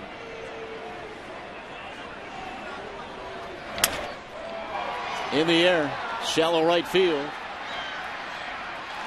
And Dirks makes the play. 1 gone. Time now for the Mazda moment. Better, stronger, smarter. Anibal Sanchez in his first 4 starts with the Tigers, 1-3 with an ERA just under 8. And coming into this one, his last 4, his ERA was a sparkling 1.69.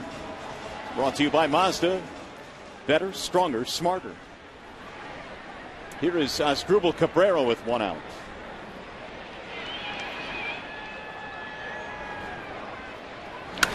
And he shoots 1 foul back out of play. Yeah, when I talked about running through the signs, sometimes we say, you know, the catcher and the pitcher are not on the same page when you see the pitcher running through some signs. In this case, I think it's because you can't put down a bad sign right now with Sanchez. And he's quickly ahead 0-2.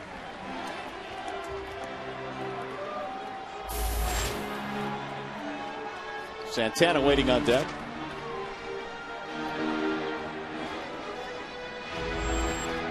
Well, they say that strike 1 is the best pitch in baseball, and he's been 14 of 20. And down goes Cabrera looking. Well, it's a hitter's nightmare as you see this 2-seam fastball run back over the plate. Great run and velocity at 94. As a hitter, you're facing a pitcher with 4 excellent pitches, and you cannot rule out any of them. During the course of a game, typically a pitcher will not have 1 pitch, a changeup, or a curveball. In this case, Sanchez has all of his pitches. There's absolutely nothing that you can rule out in any count as a hitter. Here is Santana. Hit into a double play his last time up. And he takes strike 1 again. Sanchez today not messing around. He has recorded 7 strikeouts. That'll get by Avila. 1 ball, 1 strike.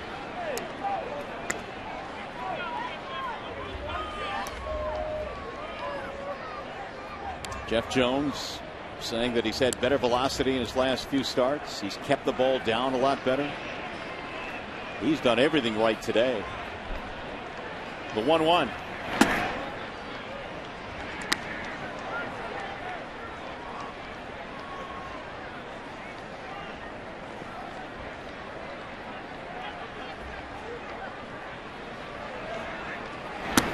High, 2 balls and 1 strike.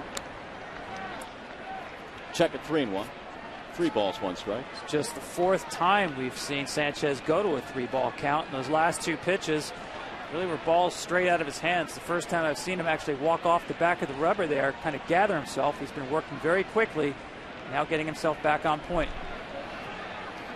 Santana dialed in, fouls it straight back.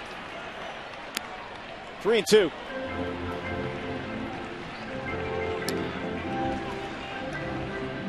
Really only one play that has saved Sanchez, and that was the play that Infante made behind second base on the ground ball by Marson.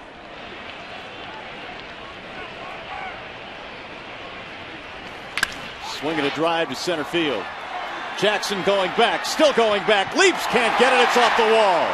Santana around second, he is headed to third, and he is in with a stand-up triple to break up the no-hit bid by Anibal Sanchez.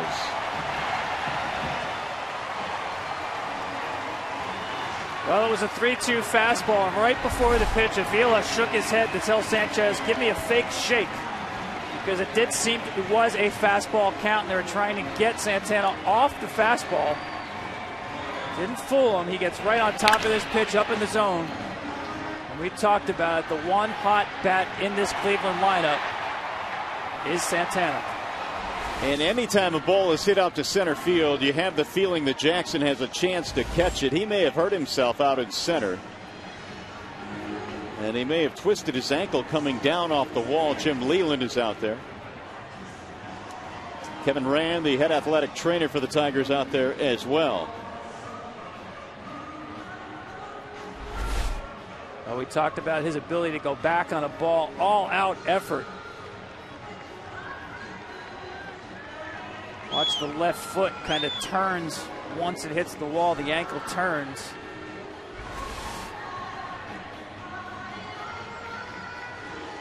It'll take a whole lot more than that to take Jackson out of the game. And so he'll remain in the contest, but the no-hit bid is broken up. Sanchez bidding to become the fourth active pitcher with 2 no-hitters. Verlander, Burley, and Halladay are the other 3.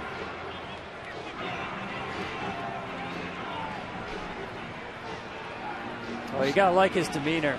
He had that little sly grin on his face during that delay. A lot of times you wonder when a pitcher loses a no-hitter, do they lose the concentration, let the game get away with them, from them? No worries here. Kanzler looks at ball 1. First hit of the ball game for the Indians comes here in the 7th inning with 2 outs, a triple by Carlos Santana.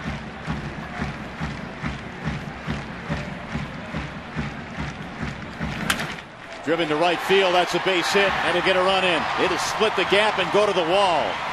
Extra bases for Kanzler, and he'll pull into second with a double. The Indians showing some life here in the 7th. Well, again, fastball here at 93, up in the zone. Kanzler shoots it through the gap. Back-to-back extra base hits. Kanzler gets his 6th RBI. Here's Lonnie Chisenhall.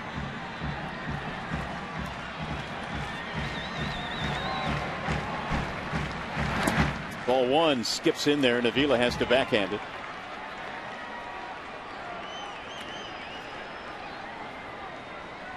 You see in these last 3 sequences, last 3 batters, Mario, just not quite as sharp. His misses are much wider misses than his earlier misses. Well, for one of the few times he fell behind a hitter, getting behind Santana, and he eventually paid for it. That's in for a strike, 1-1.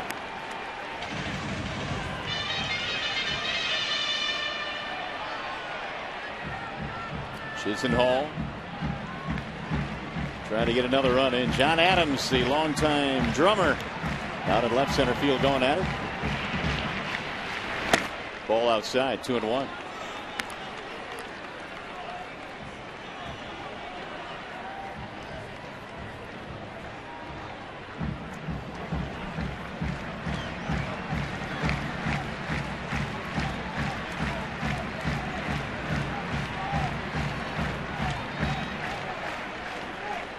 Here's the 2-1. Whistled foul, back out of play. Well, the Tigers have not had to get the bullpen working all day, but with some trouble brewing here in the 7th. Dotel, the right-hander, Koch, the left-hander.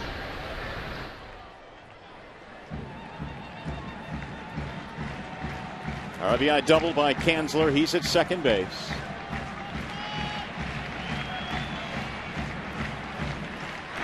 And a foul straight back. That's another pitch left up in the zone. I think if you counted up the true mistakes that he's made during the course of this game, he probably has as many in this inning as he did in the 6 previous.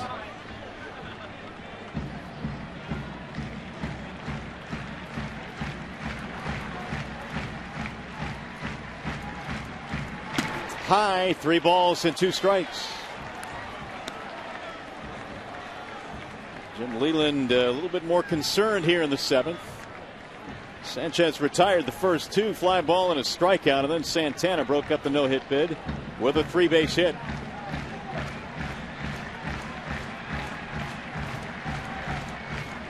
Three and 2 on Lonnie Chisenhall.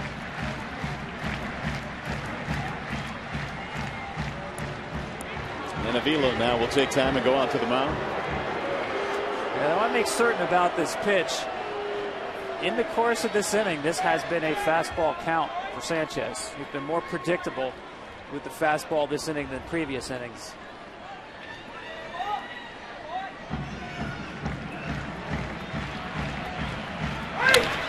And it's drilled up the middle into center, base hit. Here comes Kanzler rounding third. He will score, and the Indians get 2 runs back. It's a 5-2 ball game.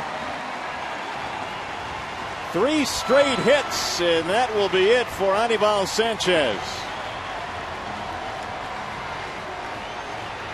Well, he had a terrific day, but the last 3 batters have put the Indians on the board.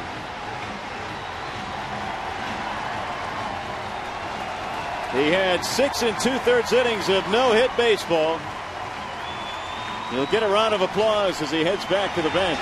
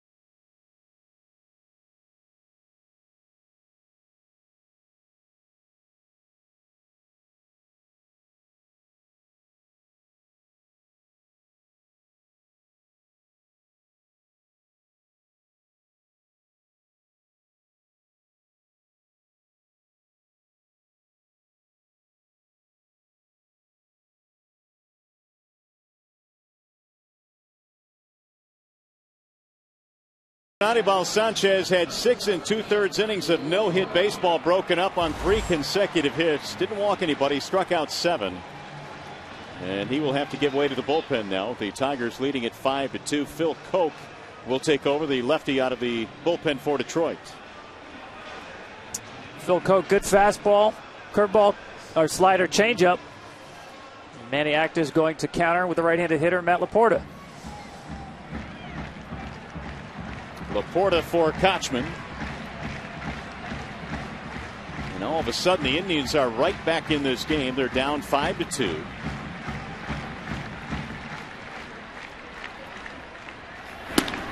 And a strike call. Well, you had the scouting report on Sanchez earlier in the game here, Tom, and we talked about the fact that from the 5th inning and beyond, it gets a little bit different for him. Yeah, after the 5th inning, the ERA goes up over to 7. Really controls the early parts of the game, and this was a case. He got to the 7th with true no-hit stuff, and when he lost his stuff, he lost it quickly. He did indeed. A triple, a double, and a single. Laporta sends a ground ball foul. 0-2 on Matt Laporta, who busted his bat. So Sanchez hoping that Koch can get the job done here in the 7th. For a while, Jim Leyland had gone to Darren Downs as his primary lefty late in games because Koch had struggled. But now down the stretch, Leyland has gone to the guy that has done it so often for him. And Phil Koch is back out there. Part of a back end of a Detroit pen that has been a strength the last couple of years.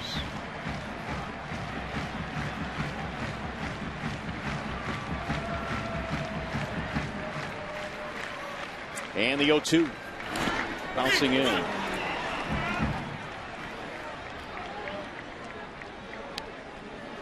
Cleveland last night was 0 for 7 with men in scoring position. They didn't have anything going tonight, but they got the RBI double from Kanzler and Chisenhall's RBI single. Runners in scoring position has been an issue for the Indians here in the second half.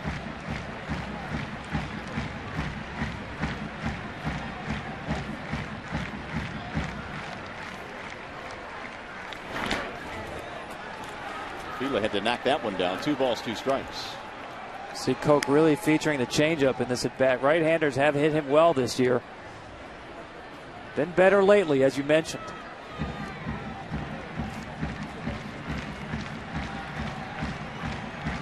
But to keep those right-handed hitters honest, he needs that good changeup.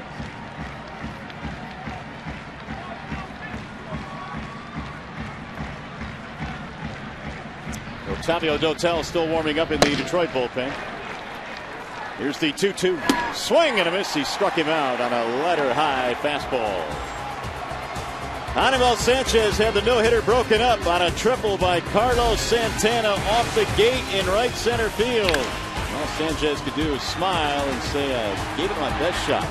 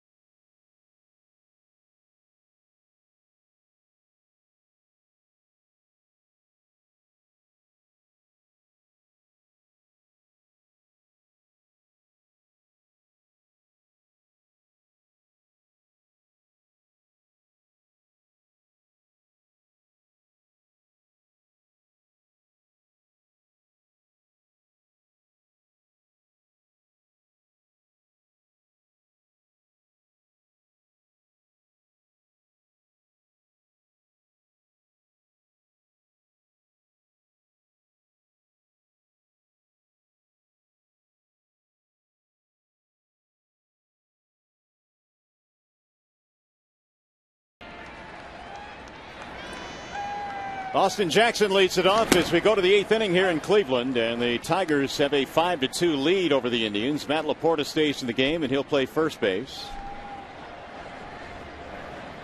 5 runs, 8 hits Detroit, 2 runs, 3 hits for Cleveland. And Jackson looks at a ball low.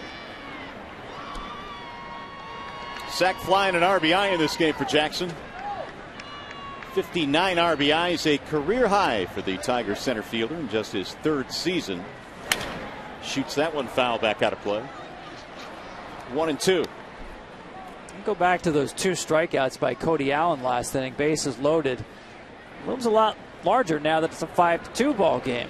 Yeah, no doubt. And I know last night Jim Leyland talked about the inability to get more tack on runs. He did have Justin Verlander on the mound. Low.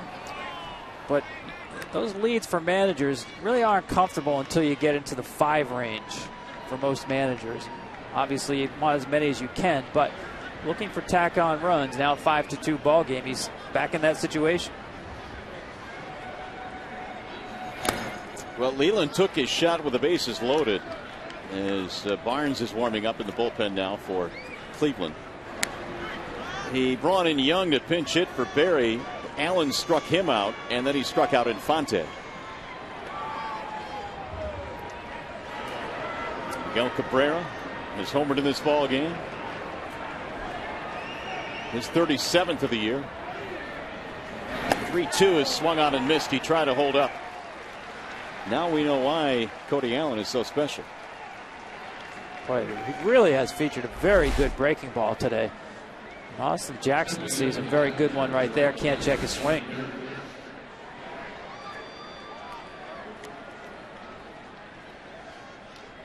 Here is Andy Dirks. Dirks, a walk and a run scored way back in the 1st. Nothing happening much since. Masterson struck him out a couple of times. In there for strike 1.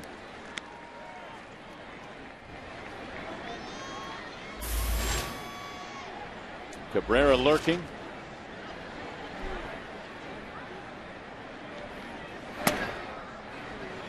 One ball, one strike.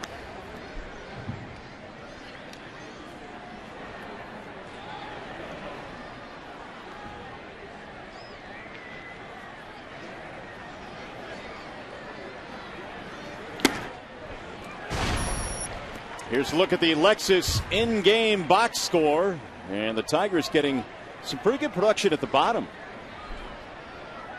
Barry Infante Avila also a 3-hit game, and Cabrera has a solo homer.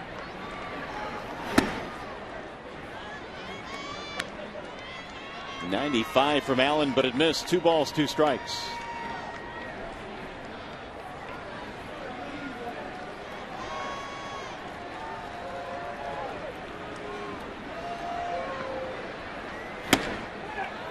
Three and 2.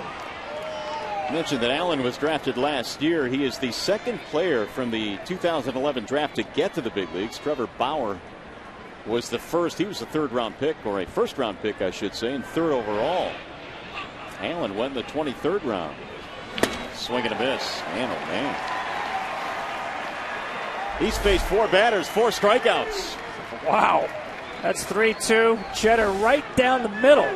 And threw it by Andy Dirks in a fastball count. Now a pretty good test in Miguel Cabrera.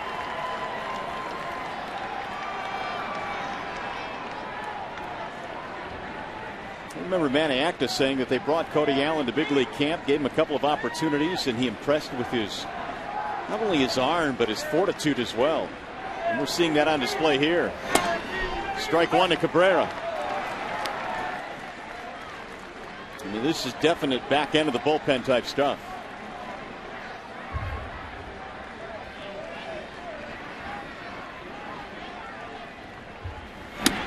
High, 1 ball, 1 strike.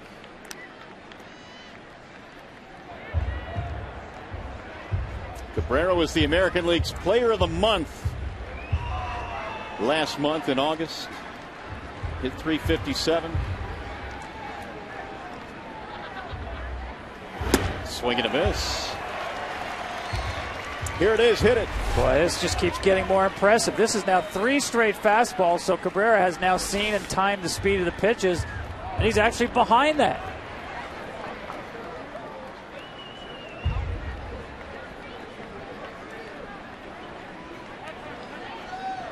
Now Cabrera given time. Indians pitching today is combined for 12 strikeouts. And yet the Tigers lead 5-2. There they are.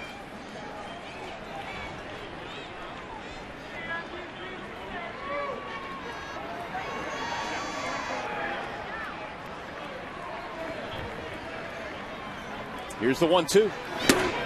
Just off the corner. Boy, you just got to love it when this kid just taking on the challenge of Miguel Cabrera head on with 4 straight fastballs. This one just off the plate. But that's exactly where he wanted to pitch.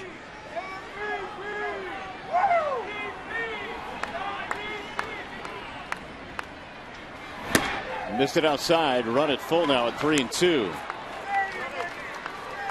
Well, now it gets really interesting. Because now he's got to bring that fastball into the strike zone. If he wants to get Cabrera out now, he has to get him out in the strike zone. Hoping that he would chase something there at 1-2 and 2-2. And show him the breaking ball. And he got him, strike 3. Boy, he carved up Miguel Cabrera. And he strikes out the side.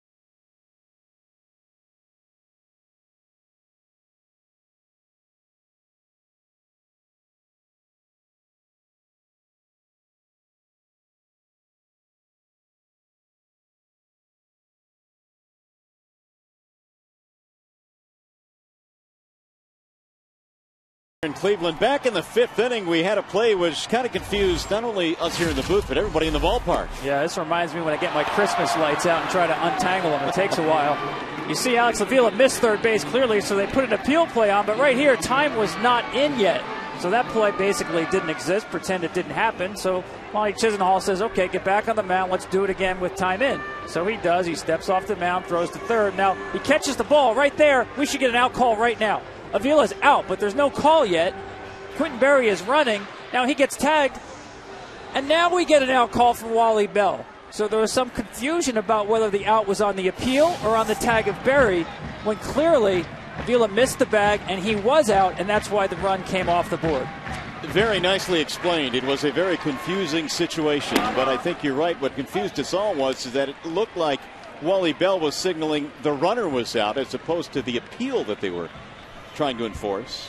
And Cord Phelps now is leading it off against Joaquin Benoit, the new pitcher out of the Detroit bullpen.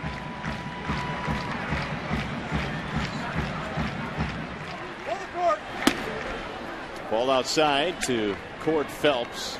Numbers on Benoit. He is the 8th inning man for the Tigers. Valverde is the 9th inning man. Dotel has also pitched in the back end of games. The 1-1.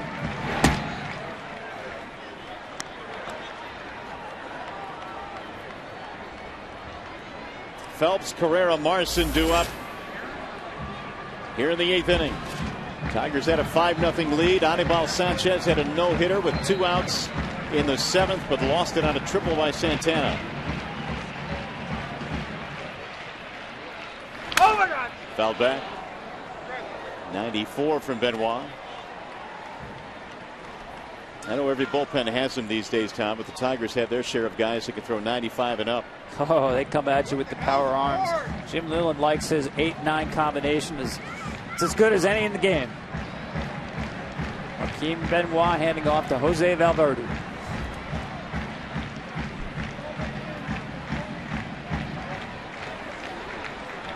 And the 2-2.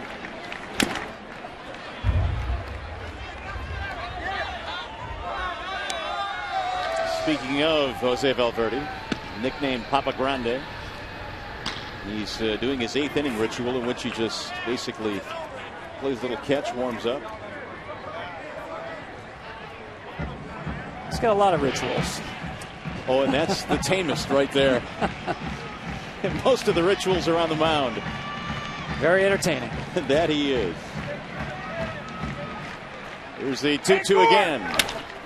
Pulled towards second and through, a base hit. Cord Phelps with a leadoff single. Well, the Indians couldn't get anything going early on. Now they have 4 hits. That'll bring up Ezequiel Cabrera.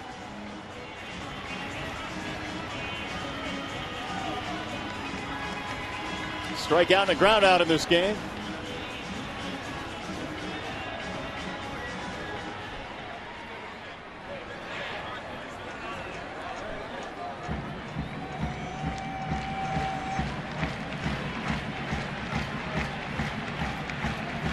And he looks at ball one way inside. That'll bring Avila out to the mound.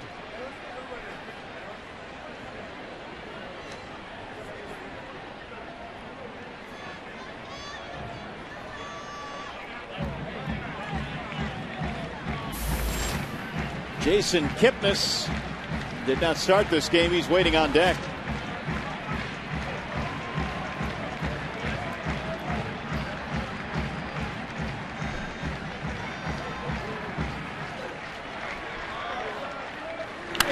Slap back out of play. 1 ball, 1 strike.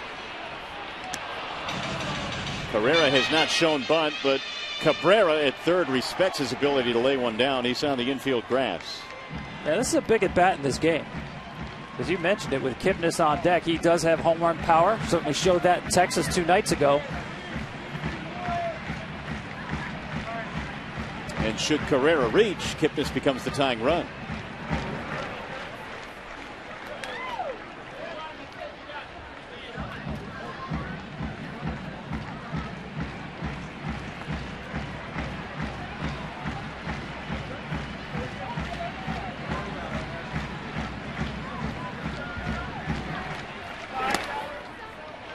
Two balls and 1 strike.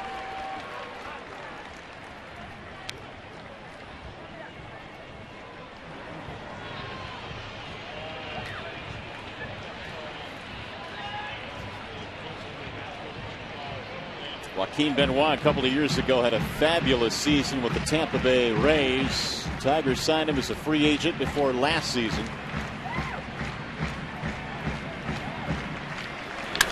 And it's driven in the air to center. Austin Jackson camping under it. Carrera is out. Today's game is presented by MasterCard, proud sponsor of Stand Up to Cancer. And sponsored by Mazda. We believe if it's not worth driving, it's not worth building.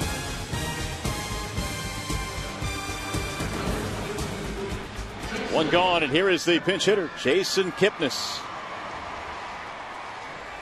When you talk about the future of Cleveland Indians baseball, Jason Kipnis' name certainly comes up. Now, he has struggled a bit in the second half, but certainly I think the Indians are very high on his prospects. No question about that. And that's typical second half for a young player to start wearing down late in the season. He looks at strike one. But he does have home run power, runs the bases very well. What I like about him is I think he's got the potential to be a real clubhouse leader for this team that really is screaming for once. Pretty much a very young team without a lot of veteran influence. You need some of those young players to stand up and take leadership roles.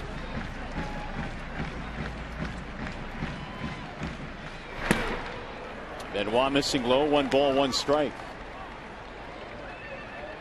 Kipnis, 25 years old. The second round pick of the Indians back in 2009.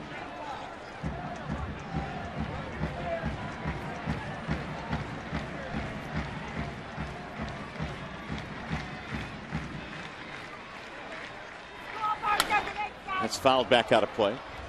When you look at some of the young players the Indians do have, really up the middle, they've got a little bit of talent that's not very old. When you talk about Santana behind the plate, Cabrera at short, Kipnis at second, and Michael Brantley out in center field. So they're clearly in a situation now where they're looking toward the future and rebuilding.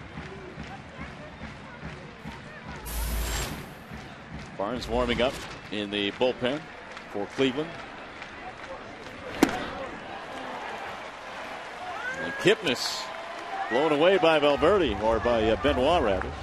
Well, next week the battle for baseball's postseason continues to heat up as the Twins look to play the spoiler when they take on these Tigers, who are chasing a playoff spot. Or the Dodgers look to gain ground in the wild card race. They battle the National League Central leading Reds, or the NL wild card leading Braves take on the Phillies team trying to stay in the wild card hunt. Fox Saturday Baseball, presented by MasterCard, returns next week at 3:30 Eastern, 12:30 Pacific. Here's Shin-Soo Choo.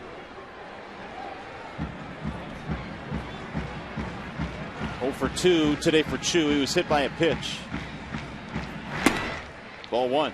And one of the reasons Jim Leyland loves Benoit so much as an 8th inning guy is it really doesn't matter in terms of platoon advantages. Left-handed hitters, right-handed hitters. That changeup is a great equalizer against lefties.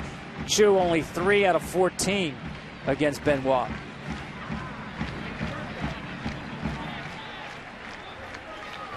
Well, it's been a great source of comfort and confidence for Jim Leyland to be able to roll out Benoit in the 8th, Valverde in the 9th. This year they've added Dotel, who for the most part has handled the 7th inning.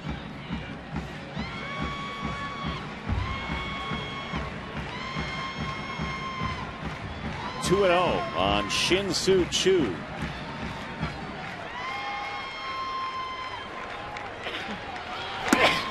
And that's going to make it 3-0.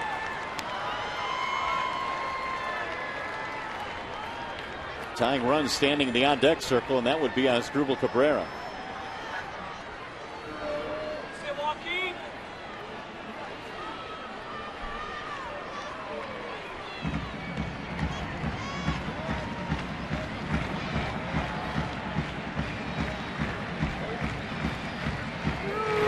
That's in there, a strike.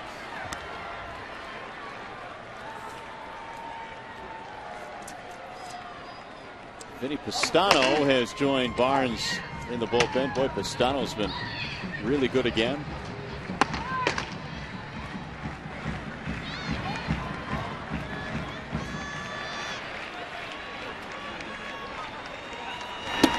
Checked it high, and that's a walk for Shin-Soo Choo. Indians making some noise now in the 8th. And Jeff Jones, the pitching coach, will come out. Now Chris Perez has picked up a baseball.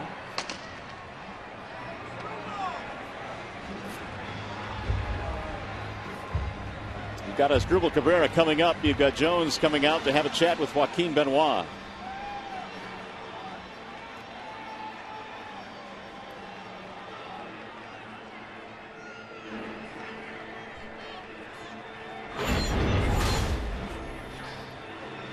Coming up next, USC Stanford. College football returns, and that's on the way. Here is Asdrubal Cabrera. A guy at second base, Court Phelps, interested in that game. Stanford grad. Oh, absolutely. With a degree in human biology. Now Brian Villarreal is warming up in the Detroit bullpen. He has been a strikeout artist. And Benoit running into a little bit of trouble here in the 8th.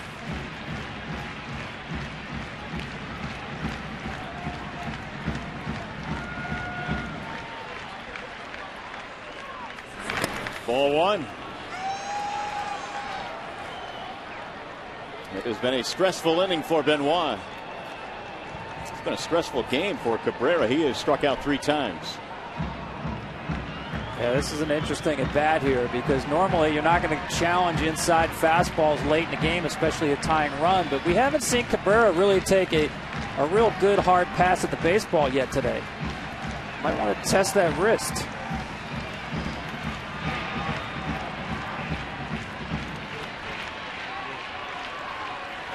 And a ground ball hit to the right side. It's through. A base hit. Phelps rounding third. He will score. And the Indians have made it a 5-3 ball game.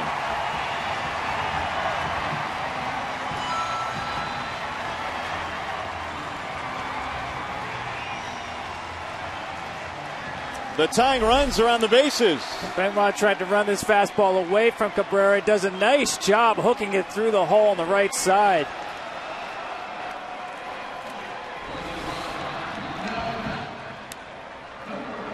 And all of a sudden, the Cleveland Indians no hit for 6 2/3.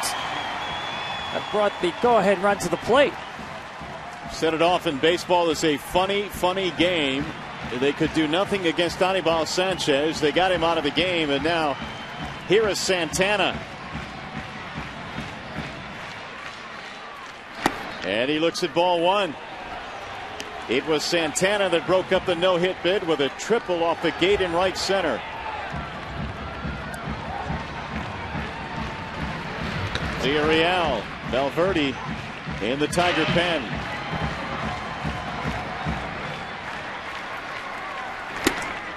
In there is strike 1-1. Santana not so sure. Hasn't had a whole lot of success against Benoit.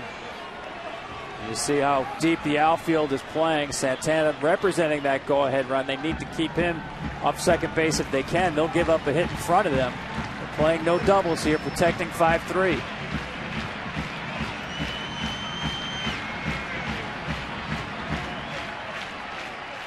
Swing and a miss.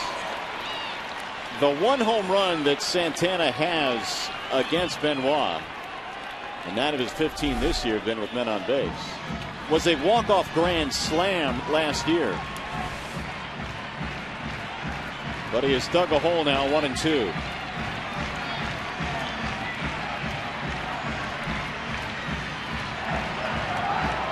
Staying away.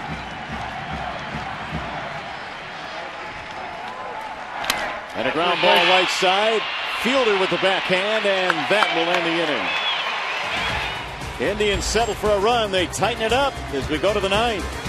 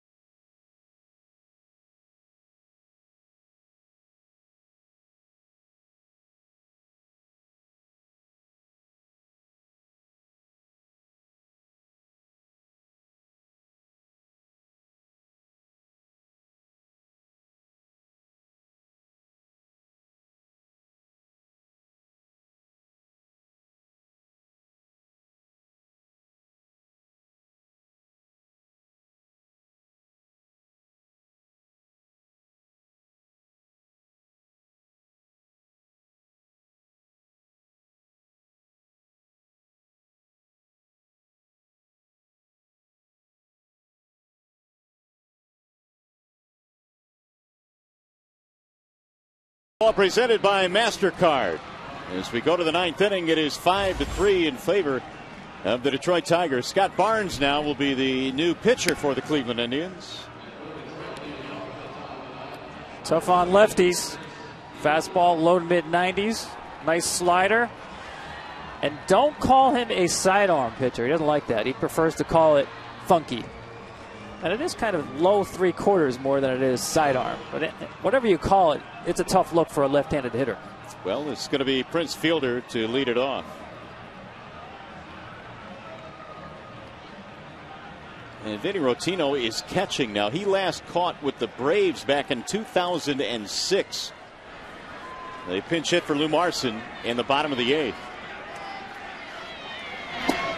And it's in there, a strike called on Prince Fielder.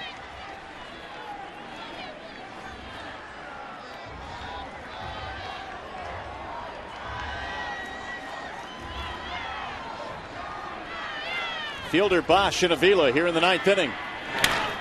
Grounded foul outside of the bag at first. A once comfortable 5-0 lead for Detroit is now 5-3.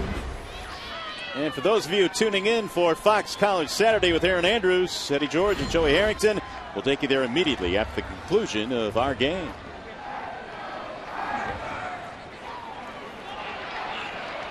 Here's the 0-2.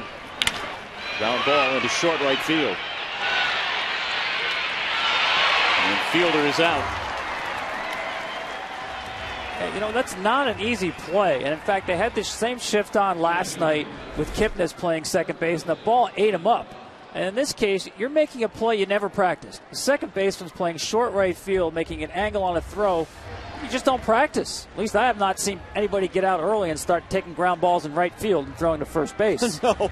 So it's not that difficult to play it by appearance, but the fact that it's so out of the ordinary raises the difficulty factor, not routine. Here is Bosch. Ball high.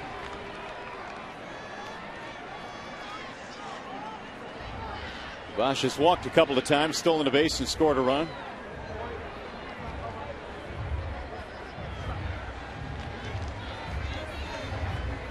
The 1-0. Well, there are a few hitters in this game that will employ that shift or see that shift employed against, and certainly Fielder is one of them. Travis Hafner, when he's healthy, sees it a lot. Jim Thome has seen it a lot. Alex Avila waiting on deck. That's drilled to right field.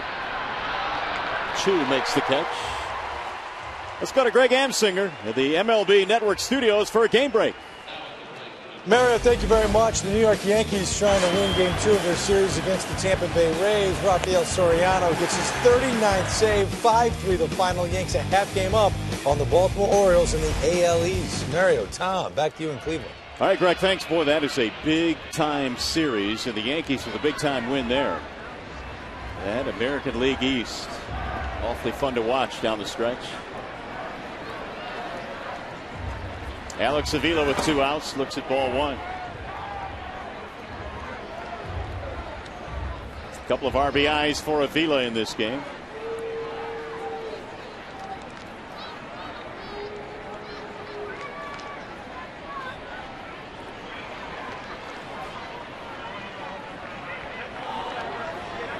Avila's had 3 hits in this game. He's also been hit by a pitch. Bender drops in for a strike.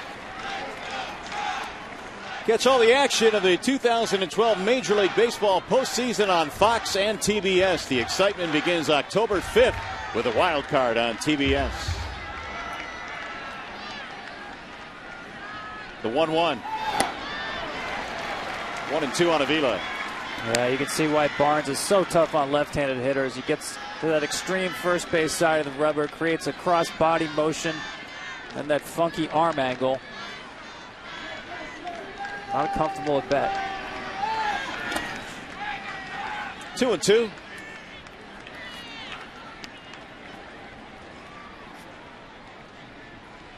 Barnes in its 4th stint with Cleveland after his September 1 recall.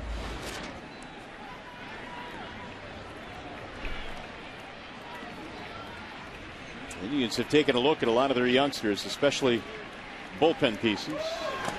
Outside again, 3-2.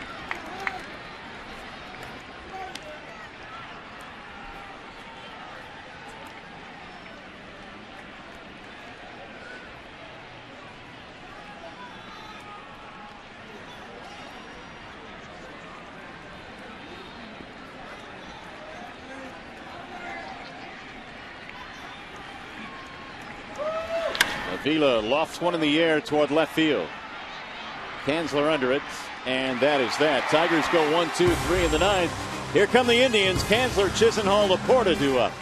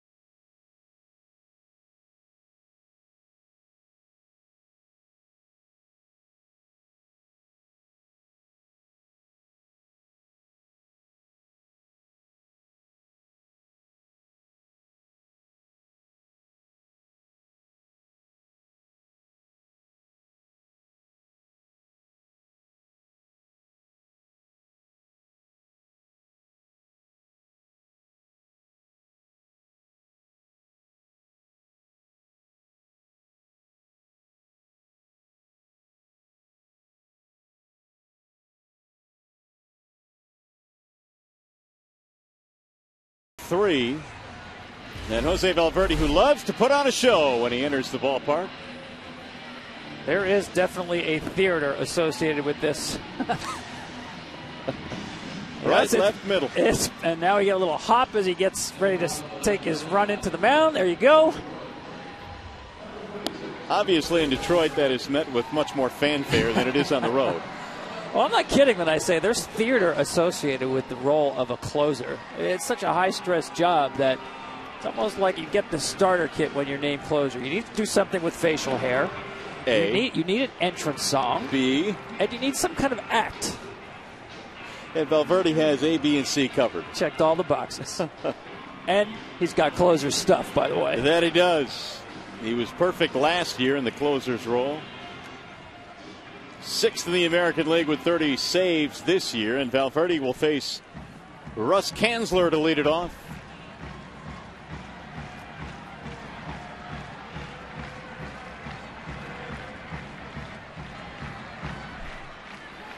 And Valverde starts off the bottom of the ninth with a strike. Yeah, that's the name of his game right there. Well-located fastballs, not the high 90s stuff you see a lot from closers.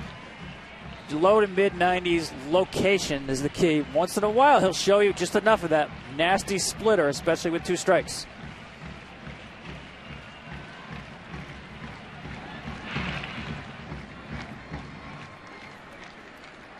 Here's the 0-1.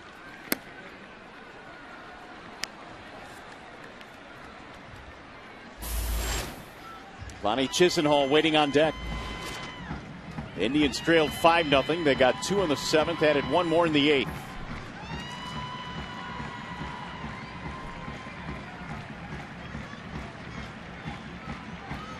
Kanzler doubled in a run in his last at bat.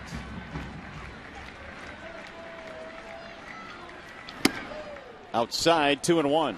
Yeah, you see the pattern right here. Valverde's just trying to paint that outside corner with fastballs. Kanzler's got power. There's no doubt about that. 22 home runs in AAA. Any mistake on the inside part of the plate, or even if a fastball runs back over the outside corner, he definitely has home run power.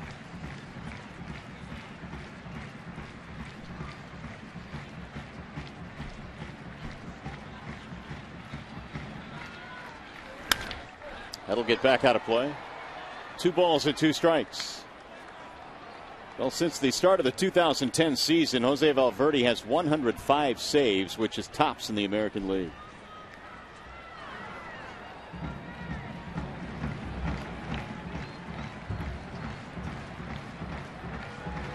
He's also converted almost 94% of his opportunities, which is tops in the major leagues.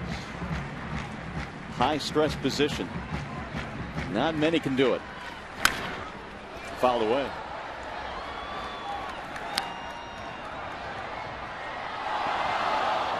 Two and two.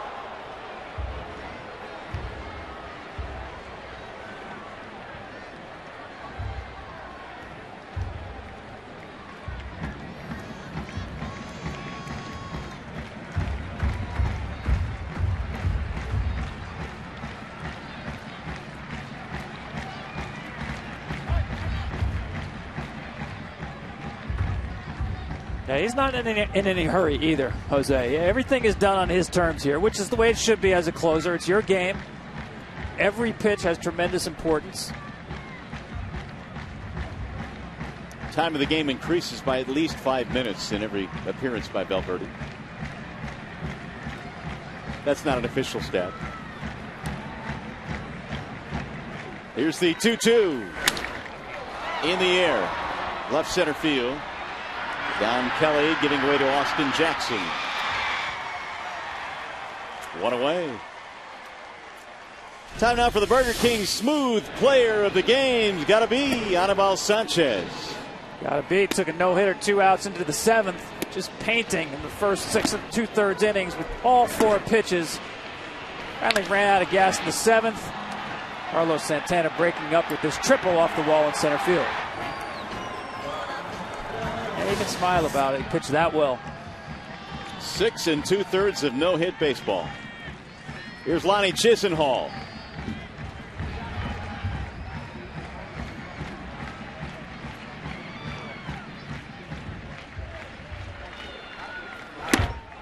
And that is it for strike 1. Gomez warming up now in the bullpen for the Indians.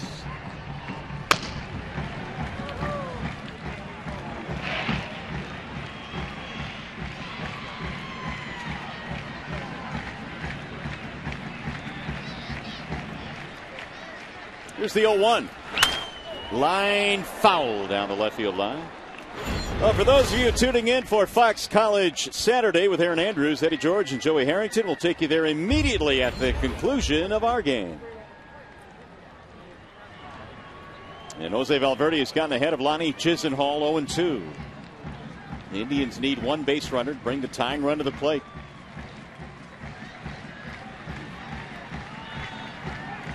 Chisenhall knocked in a run with a base hit in the 7th.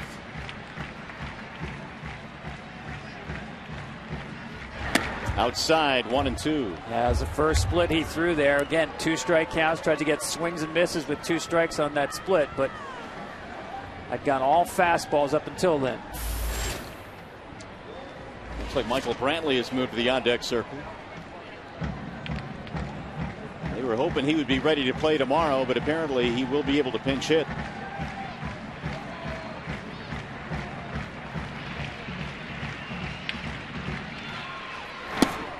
Just missed, and Valverde strutting off the mound thought he had strike 3. Yeah, he wanted that one, threw it exactly where he wanted. Fastball down and away. Borderline pitch, didn't get the call.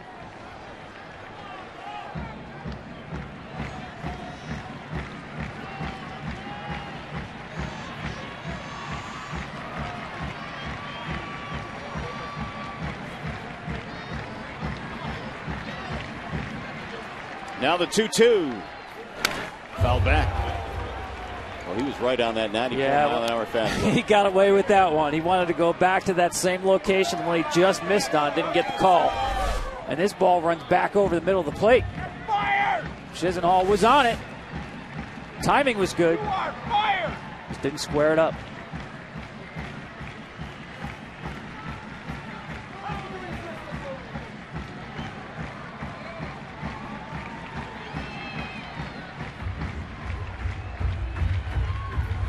Outside. And now it's gone full at 3-2.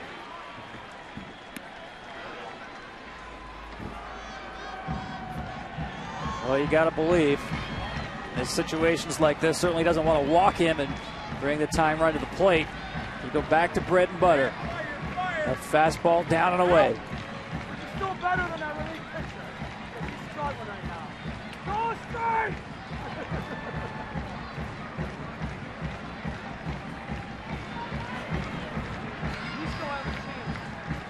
And that's what they want. Swing and a miss. He struck him out. 2 gone. You know, this is what's so impressive about Valverde is you see Chisenhall behind that. And I know a lot of Tiger fans will tell you the 9th inning isn't always clean. And you mentioned his unbelievable save rate and converting saves. He has a tremendous ability to execute pitches under pressure. When he really needs to make a pitch, be it with runners on base or in this case losing the count, getting the hitter back into the count, able to execute a pitch under pressure. So Michael Brantley will pinch hit. He is the last chance here for the Indians. He has a 16-game hitting streak against the Tigers.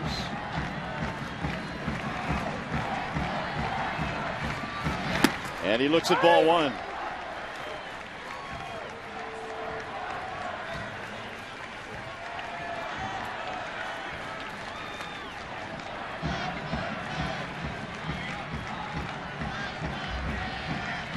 Two out, nobody on. We're in the 9th inning, 5-3 Detroit. The 1-0. Brantley takes high, 2-0.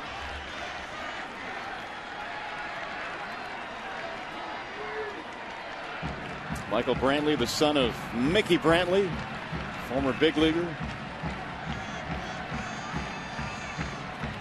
And Brantley has gotten a chance to play a lot of center field with the injury to Grady Sizemore, and he's missed a lot of time the last couple of years, allowing Brantley to shine.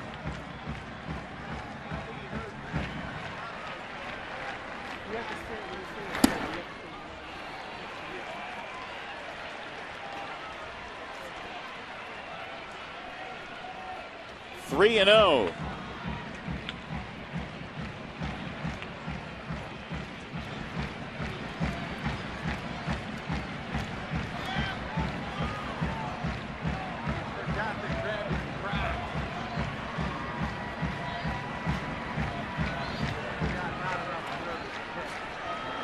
.30 pitch, and it's in for a strike.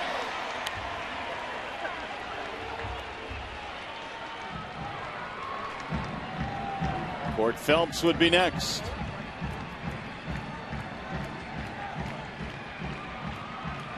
Well, 3-1 right here. Brantley just has to keyhole. Read middle fastball. Anything else, let it pass.